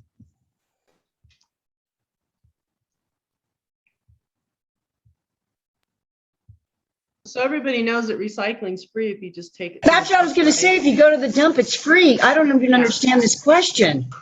They might not know it, so that would hit our education section. Right, Or 'Cause maybe they they might get want their it free trash. from their house, yeah. right. Because they probably don't go to the dump. They probably get their trash picked up. That's why they don't know. And there are commercial haulers that do recycling also out here. Right, you just have to There is an pay for additional that. charge for that. Yeah, and You then gotta pay for that. at the dump, all you have to separate out is the glass. Right. So the question is, do we need to modify CS 16 or correction 6? I'm sorry. To better encourage more recycling efforts. You know, maybe there's an education component to this that people need to know about. I suspect there's a lot of people that have never been to the dump, so have no idea that they can recycle and do hazardous waste out there, which they should be. So, Counties encouraged to educate residents. Counties encourage residents. This is Brian. Might there be, you mentioned that there's an educational aspect here, and would that be worthwhile putting into that policy? That the county, as best possible, That's what I just informs, said. residents I of say recycling. Yeah, there's, I recycling think, an excellent opportunity. opportunity, Brian, to do that with those coupons that we get every year. In Yeah. that mailing, That is true. there ought to be information about how you can recycle for free and how you can dispose of hazmat properly. Yeah. In- Our Is this supervisors the place also to put run it? a newsletter, and the supervisors could help us with this by mentioning it in their newsletter every time they put it out. Just have a flag somewhere that says, "Don't forget, you can recycle at the dump. Here is where it is."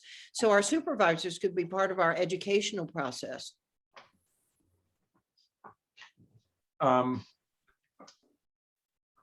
So I think all we need to capture here in our comment is that there needs to add an educational component to this particular policy. Does everybody agree with that? yes. Yes. All right. I like it. Moving on to looks like- comment number 20. 20 relates to policy CS 8.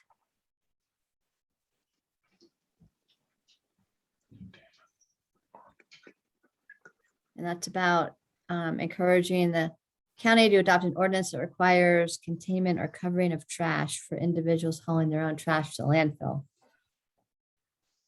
And can we go back to the comment? Isn't the goal CAs already an ordinance? That's a good question. I believe it is. I don't know. It is for commercial haulage that they're required to have containment. But I do not know that that's the case for private proper, or for non-commercial haulers. It is for private also. Is it? Okay. Yep. Private individuals going and dump, it either has to be tarped or secured. So this is already in place? Yes, there's an ordinance, there's a sign as you go into the dump, what the ordinance number is. And that's All right. commercial and residential. That's awesome. If you want to Good. strike number 8, I think we need to confirm that, but yes. Not that I don't believe you, Jim, but I want to put the reference in there. That's I fine. agree with- I don't blame you, Rob.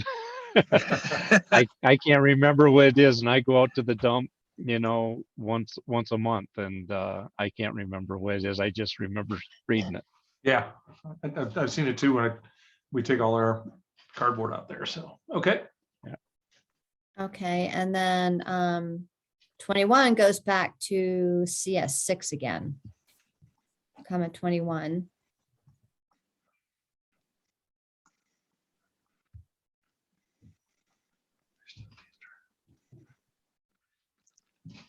Can we see the comment, please? So the policy is maximize recycling areas efforts. And the comment was in regard to discouraging on-site burning of waste.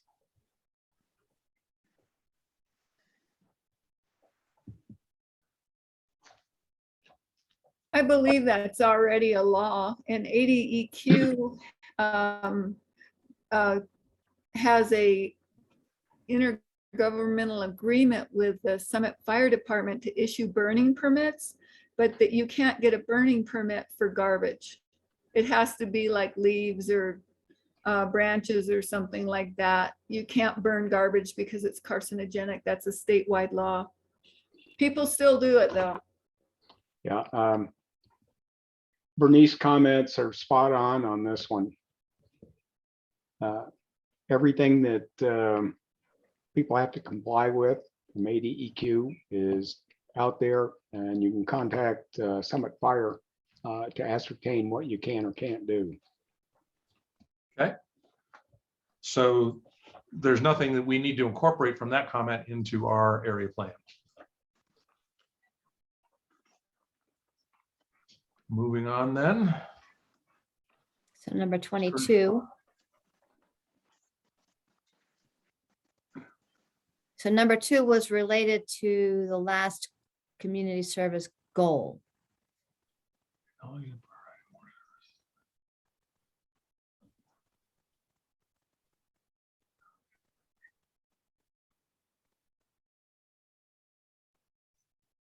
So the goal, what they're asking here is for us to update a goal to address the fact that additional services out here could minimize travel. Sorry, And I'm looking for 22. Hang on a second. There's 22. So the goal is a wide range of community services, supports the entire Stony Park, Timberline, Fernwood community. And so that was covered a whole range of services.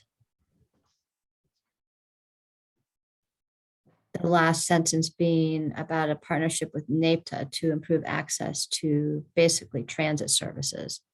which we do address in transportation later on. Right. And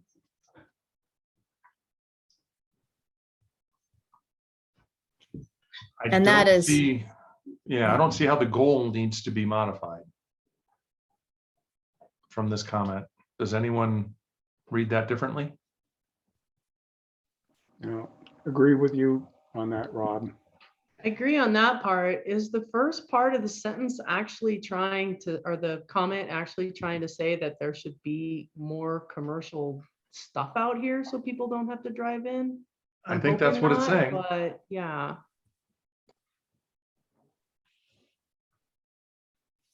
Which is we- basically contradictory to what most of the other comments have been and the survey. Right. Yeah, the only question I have is whether they're referring to, commercial services like stores, retail, that sort of thing? Or are they talking about county services? They pointed directly to the community services goal. So that would be what is provided by county and or city government. Public service agencies, Public health services. services. See, I read the comment more as a commercial kind of a thing, that it would require fewer commutes into town if there were more services out here. But as Monica mentioned, that's completely inconsistent with the results of the survey and most of the other comments that we've seen here. So while I respect their opinion, I think in this case, it's overridden by those results.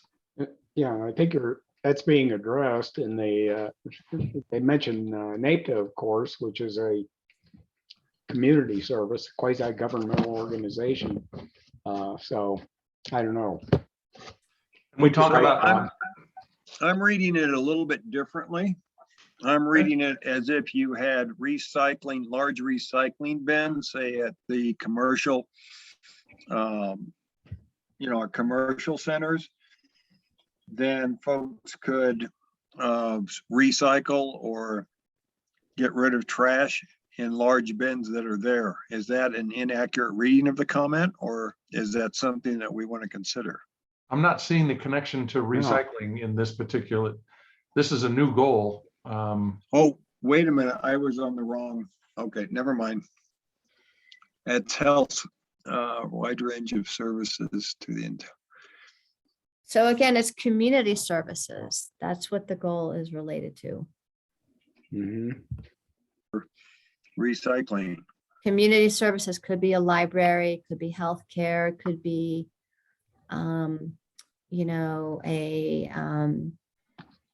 fitness club or, Yeah.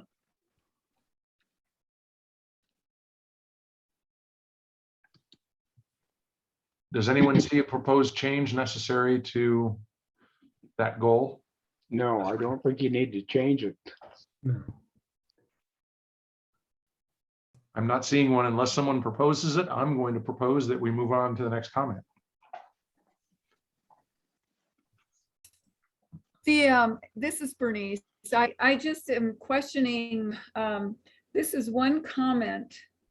And, the majority of the people that filled out the survey and the majority of the comments that we've gotten so far in the 2 years that we've been together on emails and public comments have been to keep Donny Park rural and not to provide more commercial and industrial services. I think that, we need to limit the amount of commercial services that we provide. And Bernice, I think that's why we're agreeing we don't need to change that goal, is it's already adequate enough. We don't need, it sounds like the comment is asking us to expand it. Okay. And we're agreeing Okay. not to. Thank you. okay, number 23. Yes, please. Comment 23 relates to community services policy 14. 14 is under animal management policies. As a vital community service for the care and protection of animals, encourage active community commitment, engagement with and support of High Country Humane Animal Shelter and other rescue groups.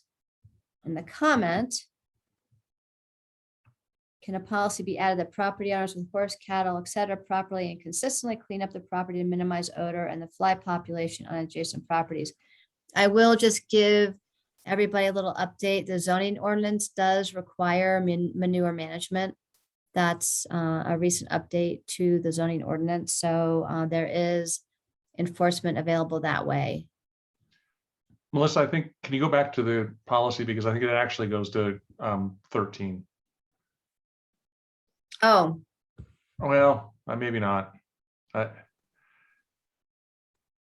It sounds like it applies more to 13 than it does to 14. I think you're right, actually, looking at it again. Yeah.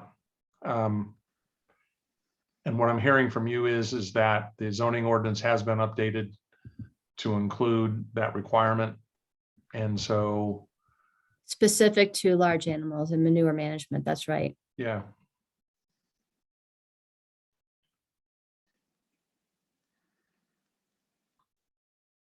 So it sounds like that is being addressed or has been addressed already with a change to zoning.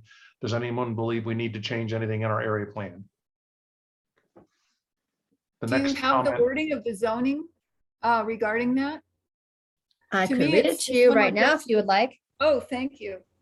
well, I don't know that, well, if we need to, I'm satisfied hearing Do that. we reference it? Okay. Go ahead, Melissa. Give me a second to find it. Hold on. Sure. I think that's another good reason why we shouldn't downsize lots, because the flies usually hang around where the horses and the cattle are and the 4-H animals. They don't usually hang around lots that don't have animals on them. So I know we have one area or one property in our neighborhood that had a dozen horses on it, and the people on either side of it really didn't have a lot of flies. They all kind of hung out where the other horses were. Okay, so here's this performance standard in the zoning code. Manure shall be actively managed to either contain it on site or be properly disposed of for all animals on the property. Livestock manure shall be collected at least weekly and spread on pastures, field, or arena, composted for later use, or hauled off site. No accumulation of manure shall be permitted within any water feature. Storing and stockpiling manure is allowed only for composting. Manure composting piles shall be located a minimum of 55 feet from all property lines, 500 feet from water features and wells, and surrounded with grass, buffer strips, silt fencing, burbs, ditches, or straw stalks to prevent runoff from contaminated surface water, groundwater. On-site stormwater shall be contained around composting site. Off-site stormwater shall be diverted around the composting site. Interesting. Does that work for you, Bernice? Yeah, I don't know if, about the 55 feet, because if you have a 1 acre lot, that's not 55 feet is a lot of feet in a 1 acre. Well, and lot. that's also a requirement for any barn, has to be located 55 feet from the property line. You can't shelter, water, or feed animals within 55 feet of any property line. And any existing barns that I know people that have their barns, 20 feet from the property line, and they'd be grandfathered in, right? Depends on when it was built, but possibly. And Bernice, that's kind of outside the scope of what we're trying to do here. Okay, I'm just thinking of 4-H kids. I don't want to make it so that you can't have 4-H projects out in Stony Park, Timberline, or Fernwood. I agree. I think CS 11 really, is quite adequate for saying that the public should be made more aware of all this existing stuff. So that's taken in, this is Liz, so that number 11 is saying, when you're saying animal management, you're referring to the ordinance, that's what we're referred to? See, it says in other animal management regulations, so that's what would use to back that comment, C11? Right.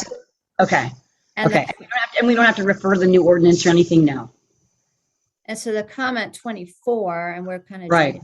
are as a question, are horses allowed to roam freely, or are they confined? So the just as code- both? we're getting into the weeds here, but the code specifically requires shelter, water, and feeding to be located away from the property. Okay. Okay. So that's CS 11. Yeah. Thanks, Dave. Okay. So we can move on then to comment number 20. We kind of, so now we're on 25. Right.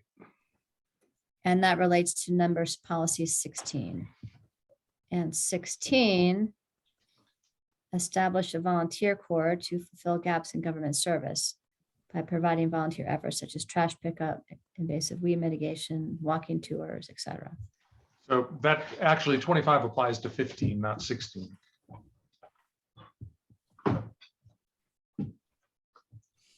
Sorry, you're right. Yeah, I was gonna say, what is that? And 25, the comment is hospital services should be located in the city limits of Flagstaff.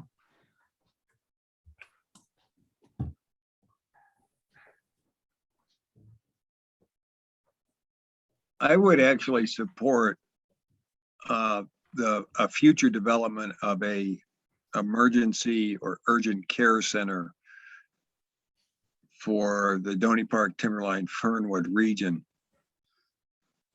Yes, we are a rural community.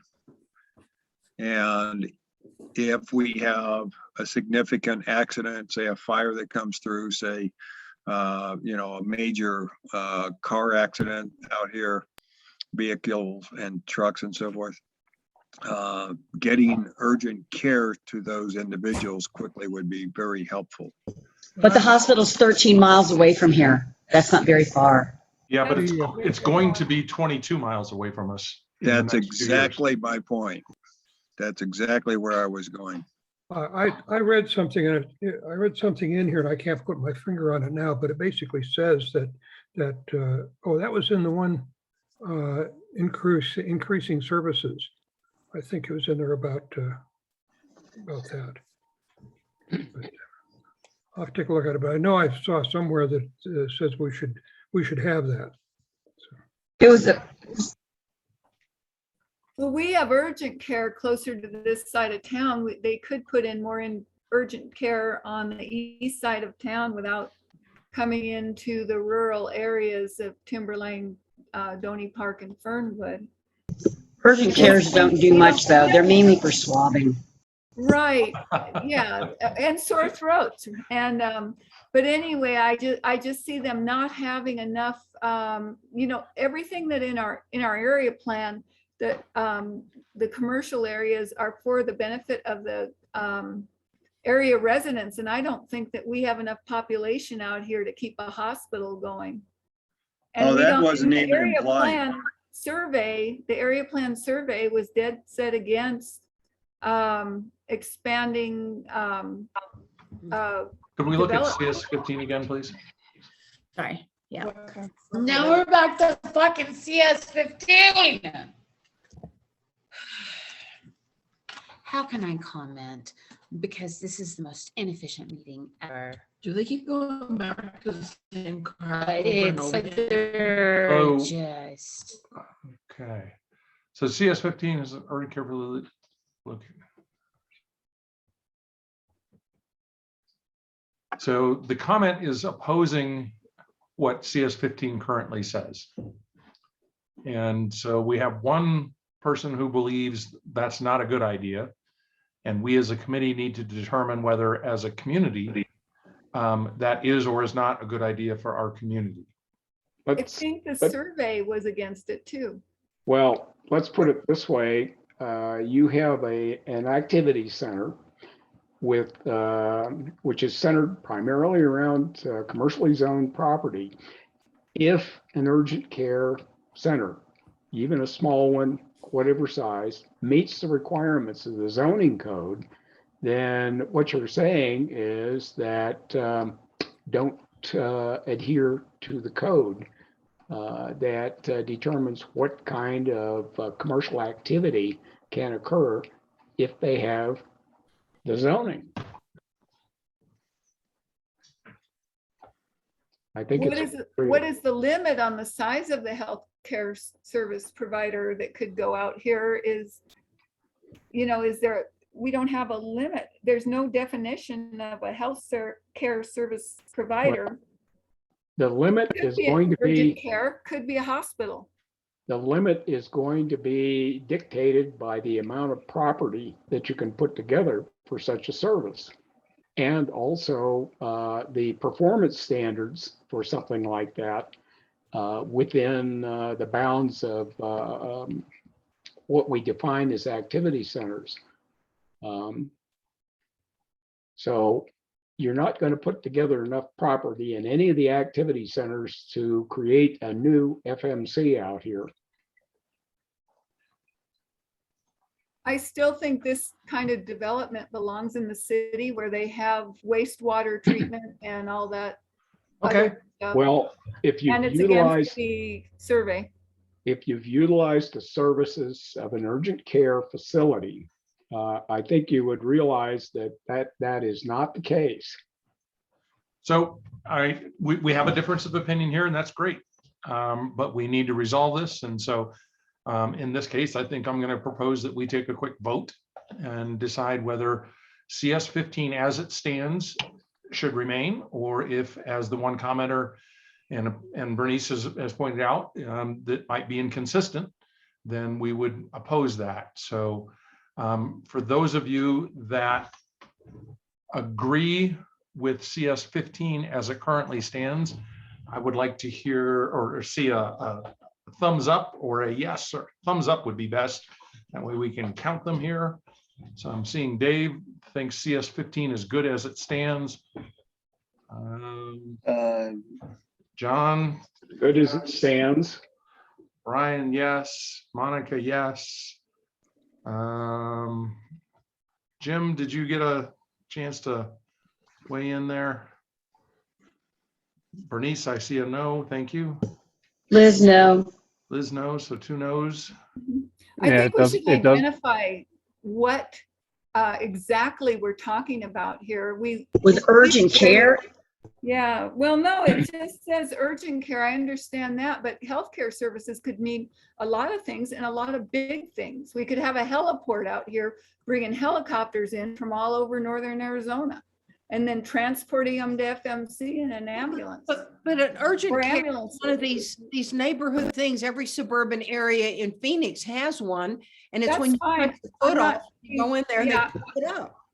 But it depends on what do you want of your urgent care. They can't handle a car accident. They can't handle a heart attack. They handle swabbings and urine. And they don't even have x-rays at these urgent care centers. They're just money. Wait a minute, everybody. We're talking about health service providers. That could be a doctor's office, an individual practice. But it says, but in the policy, It says such as, Liz. It doesn't. okay, so it's just an example. Okay, I thought you were doing, that's what we want. We Could be want. a dentist, a doctor, a Health service. chiropractor. It could Could be. be a full-blown hospital. And so if I could clarify Maybe we here, should be so specific. Let me just clarify that in order to go in to a residential zoning district, it requires a conditional use permit. This policy is suggesting where you would want those to be located. So right now, a hospital, for instance, is allowed in a residential zoning district with a conditional use permit. This policy then, with that conditional use permit, would direct it to your your rural activity center. Okay, And so a doctor's office would be allowed today with a conditional use permit. Perhaps it's time to end the debate and go on with the vote here. How big of a healthcare provider service can go in there? The conditional use permit would define what that would be, Bernice. Remember, it's limited by wastewater, it's limited by setbacks, it's limited by parking requirements. I mean, there are all these different standards that would limit the size depending on the parcel size. And then it's limited by the amount of land available for that use. And it could have residential land rezoned next to a rural activity center to join the rural activity center. Well, that's where your land use policies come into play. That's why come we in. need to limit it to keep. Well, and this don't forget rural. Donny Park Water and their whole thing about high use water industry. But we don't have a definition for that either. We don't have a ceiling for it. I think they do. All right, I'd like to try again here with a vote. Yeah, now that it's clear, I didn't know, I thought you were saying like a clinic, and if it's just a doctor's or a dentist office, that's quite different. It could be a clinic. It could be a hospital. So should we be more specific of what we're saying in CS 15? Well, we Have already more have time? physical therapy. and question. mental health thing. What I'd like to do is propose this vote and find out whether CS 15 is okay the way it stands, or if we need to change it first. And then if we decide we have to change it, we'll figure out how to best reword that, if that's okay with everybody. How about before we vote, we talk about adding the word small health service provider? Well, because then we have to define small. Right. So now we're leaving it open. I'm sorry? I We're call leaving the it open. question. Well, small is completely open. Compared to the, Mayo Clinic, small could be half a Donny Park. I don't know. Well, the other limitation is the rural activity center is the size is limited by the land use policies. What is the maximum size of a rural activity center? I believe the way it's Well, written, it's 660 feet on arterials, 330 feet on the collector road, which equals 5 acres at each corner. So isn't that just for the rezoning? No, that's total. So a rural activity center cannot grow beyond those boundaries. That's the way it's currently Necessarily, written. the way it's currently written, but that's in the regional plan, and the regional plan is, well, the process to update that has been kicked off, so you might want to save some input for that, Bernice. Mhm. I just think that we need to put a limit on the rural activity centers. Bernice, I think we've dominoes. heard that. I think we're repeating ourselves now. And that's why I would like to go to a vote here so that we could determine the best path forward. So if all the committee members could unmute your videos so that I could see either a thumbs up or down from you and get some kind of a vote here, I would appreciate it. Thumbs up. So I've got John's thumbs up, Harriet, Dave, Monica, Brian, Bernice's thumbs down. Jim, I'm sorry, I missed you. Thumbs up or down? Up. Up. Okay, so the ups have it. Bernice, we appreciate your input.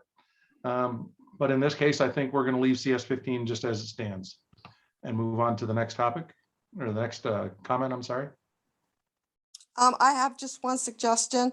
CF15 after facility should be located. Is that correct? Yeah, you're correct. Yeah, technically that's or grammatically we are incorrect there. So that's a good catch. Thank you.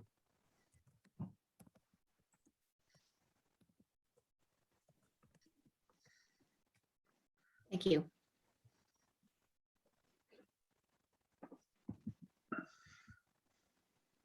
All right. So community services display boards. Right, so this was a comment written on the display board. It wasn't attached to any specific policy. It was a general comment about broadband municipal fiber network. So in this case, the commenter would be asking that our area plan encourage the development of a fiber optic network throughout our community to improve our internet accessibility. That's right. And where does that fit? Well, that would be a community service. Right. I thought there was a policy related to that. Is there a communications section?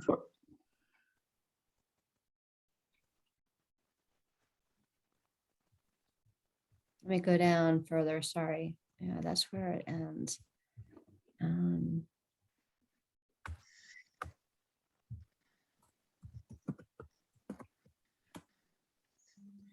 So in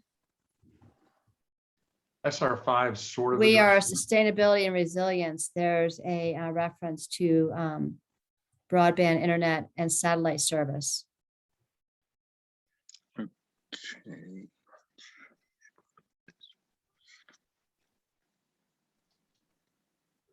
It seems to me that the comment by whoever wrote that note is supporting SR5. I would agree with that, Brian. Broadband, it says broadband municipal fiber network.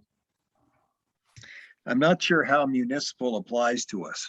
Well, I Yeah. know there are some places in the country where municipalities have taken on the task of basically becoming internet providers.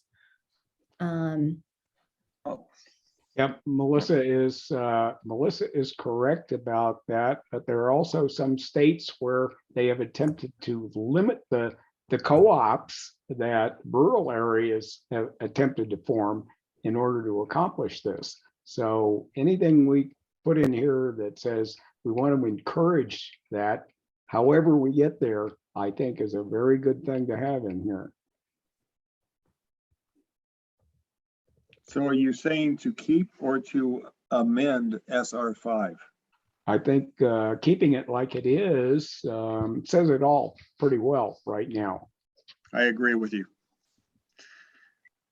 Any Oh, sorry.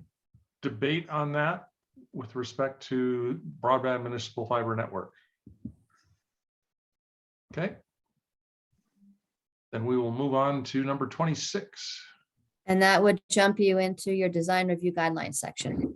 And what time is it? It's 7:41 and our meeting is supposed to go until 8 p.m. We Yes. still have public comments and committee comments to go. I'm going to propose that we put a hold on it at this point and perhaps end just a minute early tonight for a change, because we obviously have a lot of work to do yet. And I know Evelyn and some other folks are a long way away in different time zones.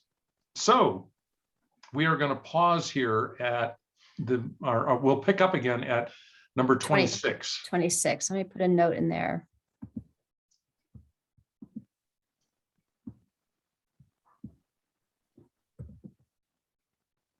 Perfect. And we can shift back to our PowerPoint with our topic slides. Okay, let me give a save here and hang on a second.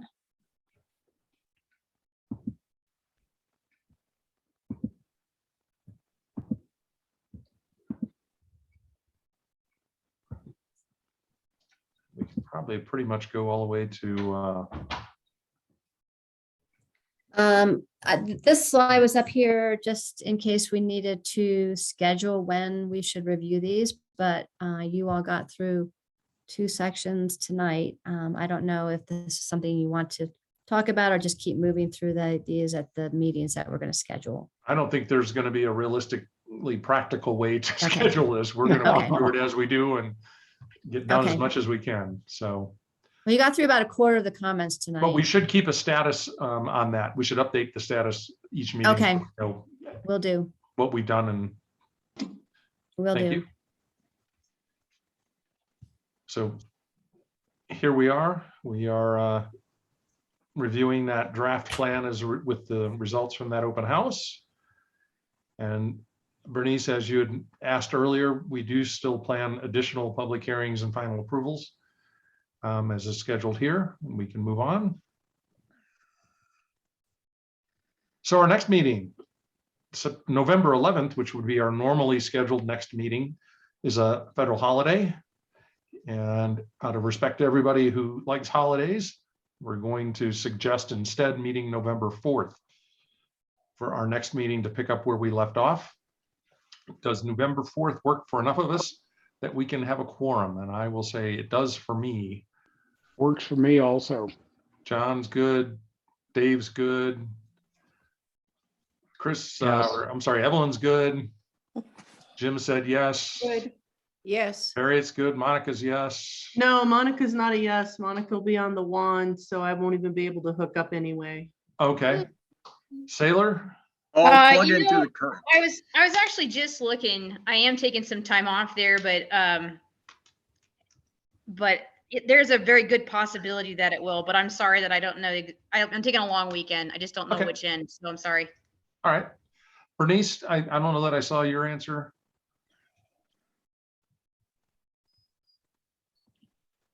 I'm sorry, I was just checking my calendar. I'm fine for that date.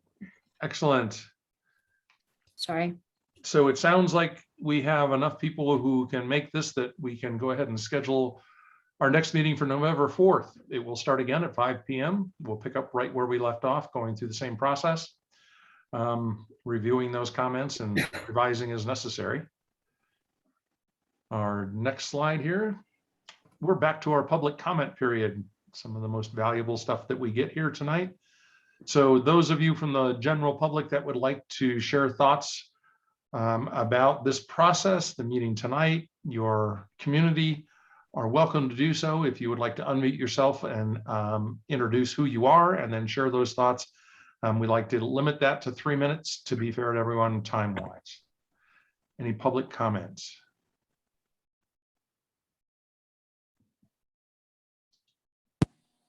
Oh, we Yeah, have- Rob. So Russell Weedman. Yes, sir. Yes, I did have a comment that I did make, and probably the way I wrote it on, in the email I sent didn't appear to be a comment, but it was about CC6. And, in the draft goals and policies, it was encourage the Arizona Department of Transportation to consider installing signage to limit prohibit truck engine braking or prohibit truck engine braking. Mhm. I had written it in my comment to encourage the Arizona Department of Transportation to install signage to prohibit truck engine braking. Not to limit. Limiting is nothing when it comes to engine braking. You can't really do that. And not consider it. It's way past being considered. I mean, there was something about engine braking in the last area plan 20 years ago. Right. And there's been engine brakes going on ever since then. So they need to prohibit it. So it was just a change in the wording that, was my comment. And if the committee could maybe look at that next meeting just real quick and determine whether they would change something like that. It was basically take the words consider and limit out of it. Okay. And then the other thing, if I got another minute, there was a lot of talk about different things in the meeting tonight that were required educating the public about different things, whether it was national forest lands, state lands, dumping of garbage, whatever.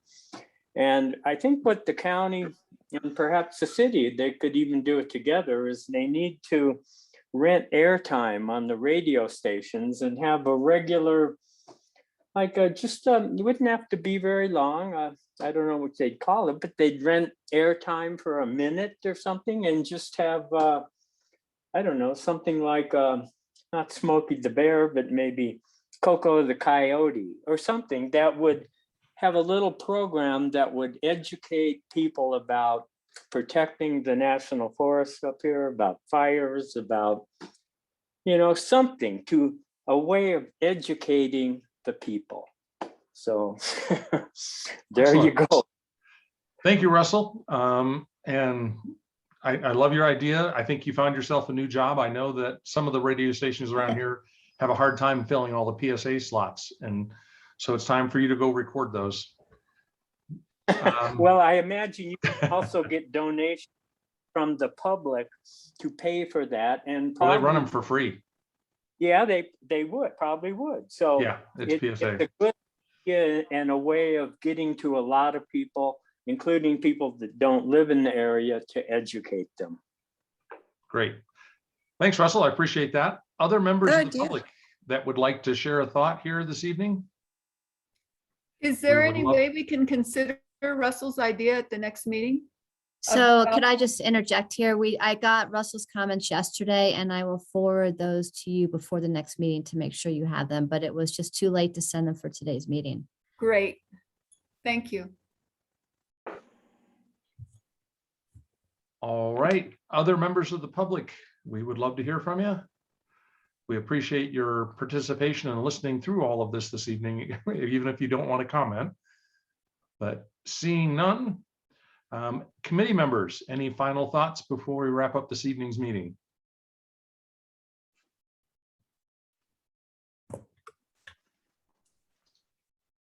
Everyone is perfectly content. This is Liz. I'm not content because I don't like how general CS15 is, but I was outvoted, so I'm going to be quiet, but I was disappointed with that one. Appreciate I that, was Liz. too, Thank in you. case you didn't notice. I'm sorry, Bernice, I missed that. I said I was too, in case you didn't notice. Okay. Appreciate that too. Any other committee members that would like to share a thought before we wrap this evening? All right. Well, I would like to thank everyone for your time, participation, and patience this evening, and look forward to seeing you all again on November the 4th at 5 p.m. Thank you very much. Thank And you, good night. Rob. Good night. Very good. Thank you, Rob. Thank you, Melissa. Rob and Brian, Oh, thank you very Evelyn. much. Good night, everybody. Thanks, Night. everybody, for coming, Good night. especially the public. Evelyn, Thank there you you. go. Don't hang up yet, Evelyn. Oh, She's there's our gone. dinner. We gotta get a different slice, so that pepperoni's gotta be getting slobbered on. A little old, okay. Yeah. Hey, yeah, it's on my I think menu right after we call it quits this evening. I think a slice of Hawaiian or something with green chilies on it. And not from a dog's mouth. Not- Guys, Not- I bye. won't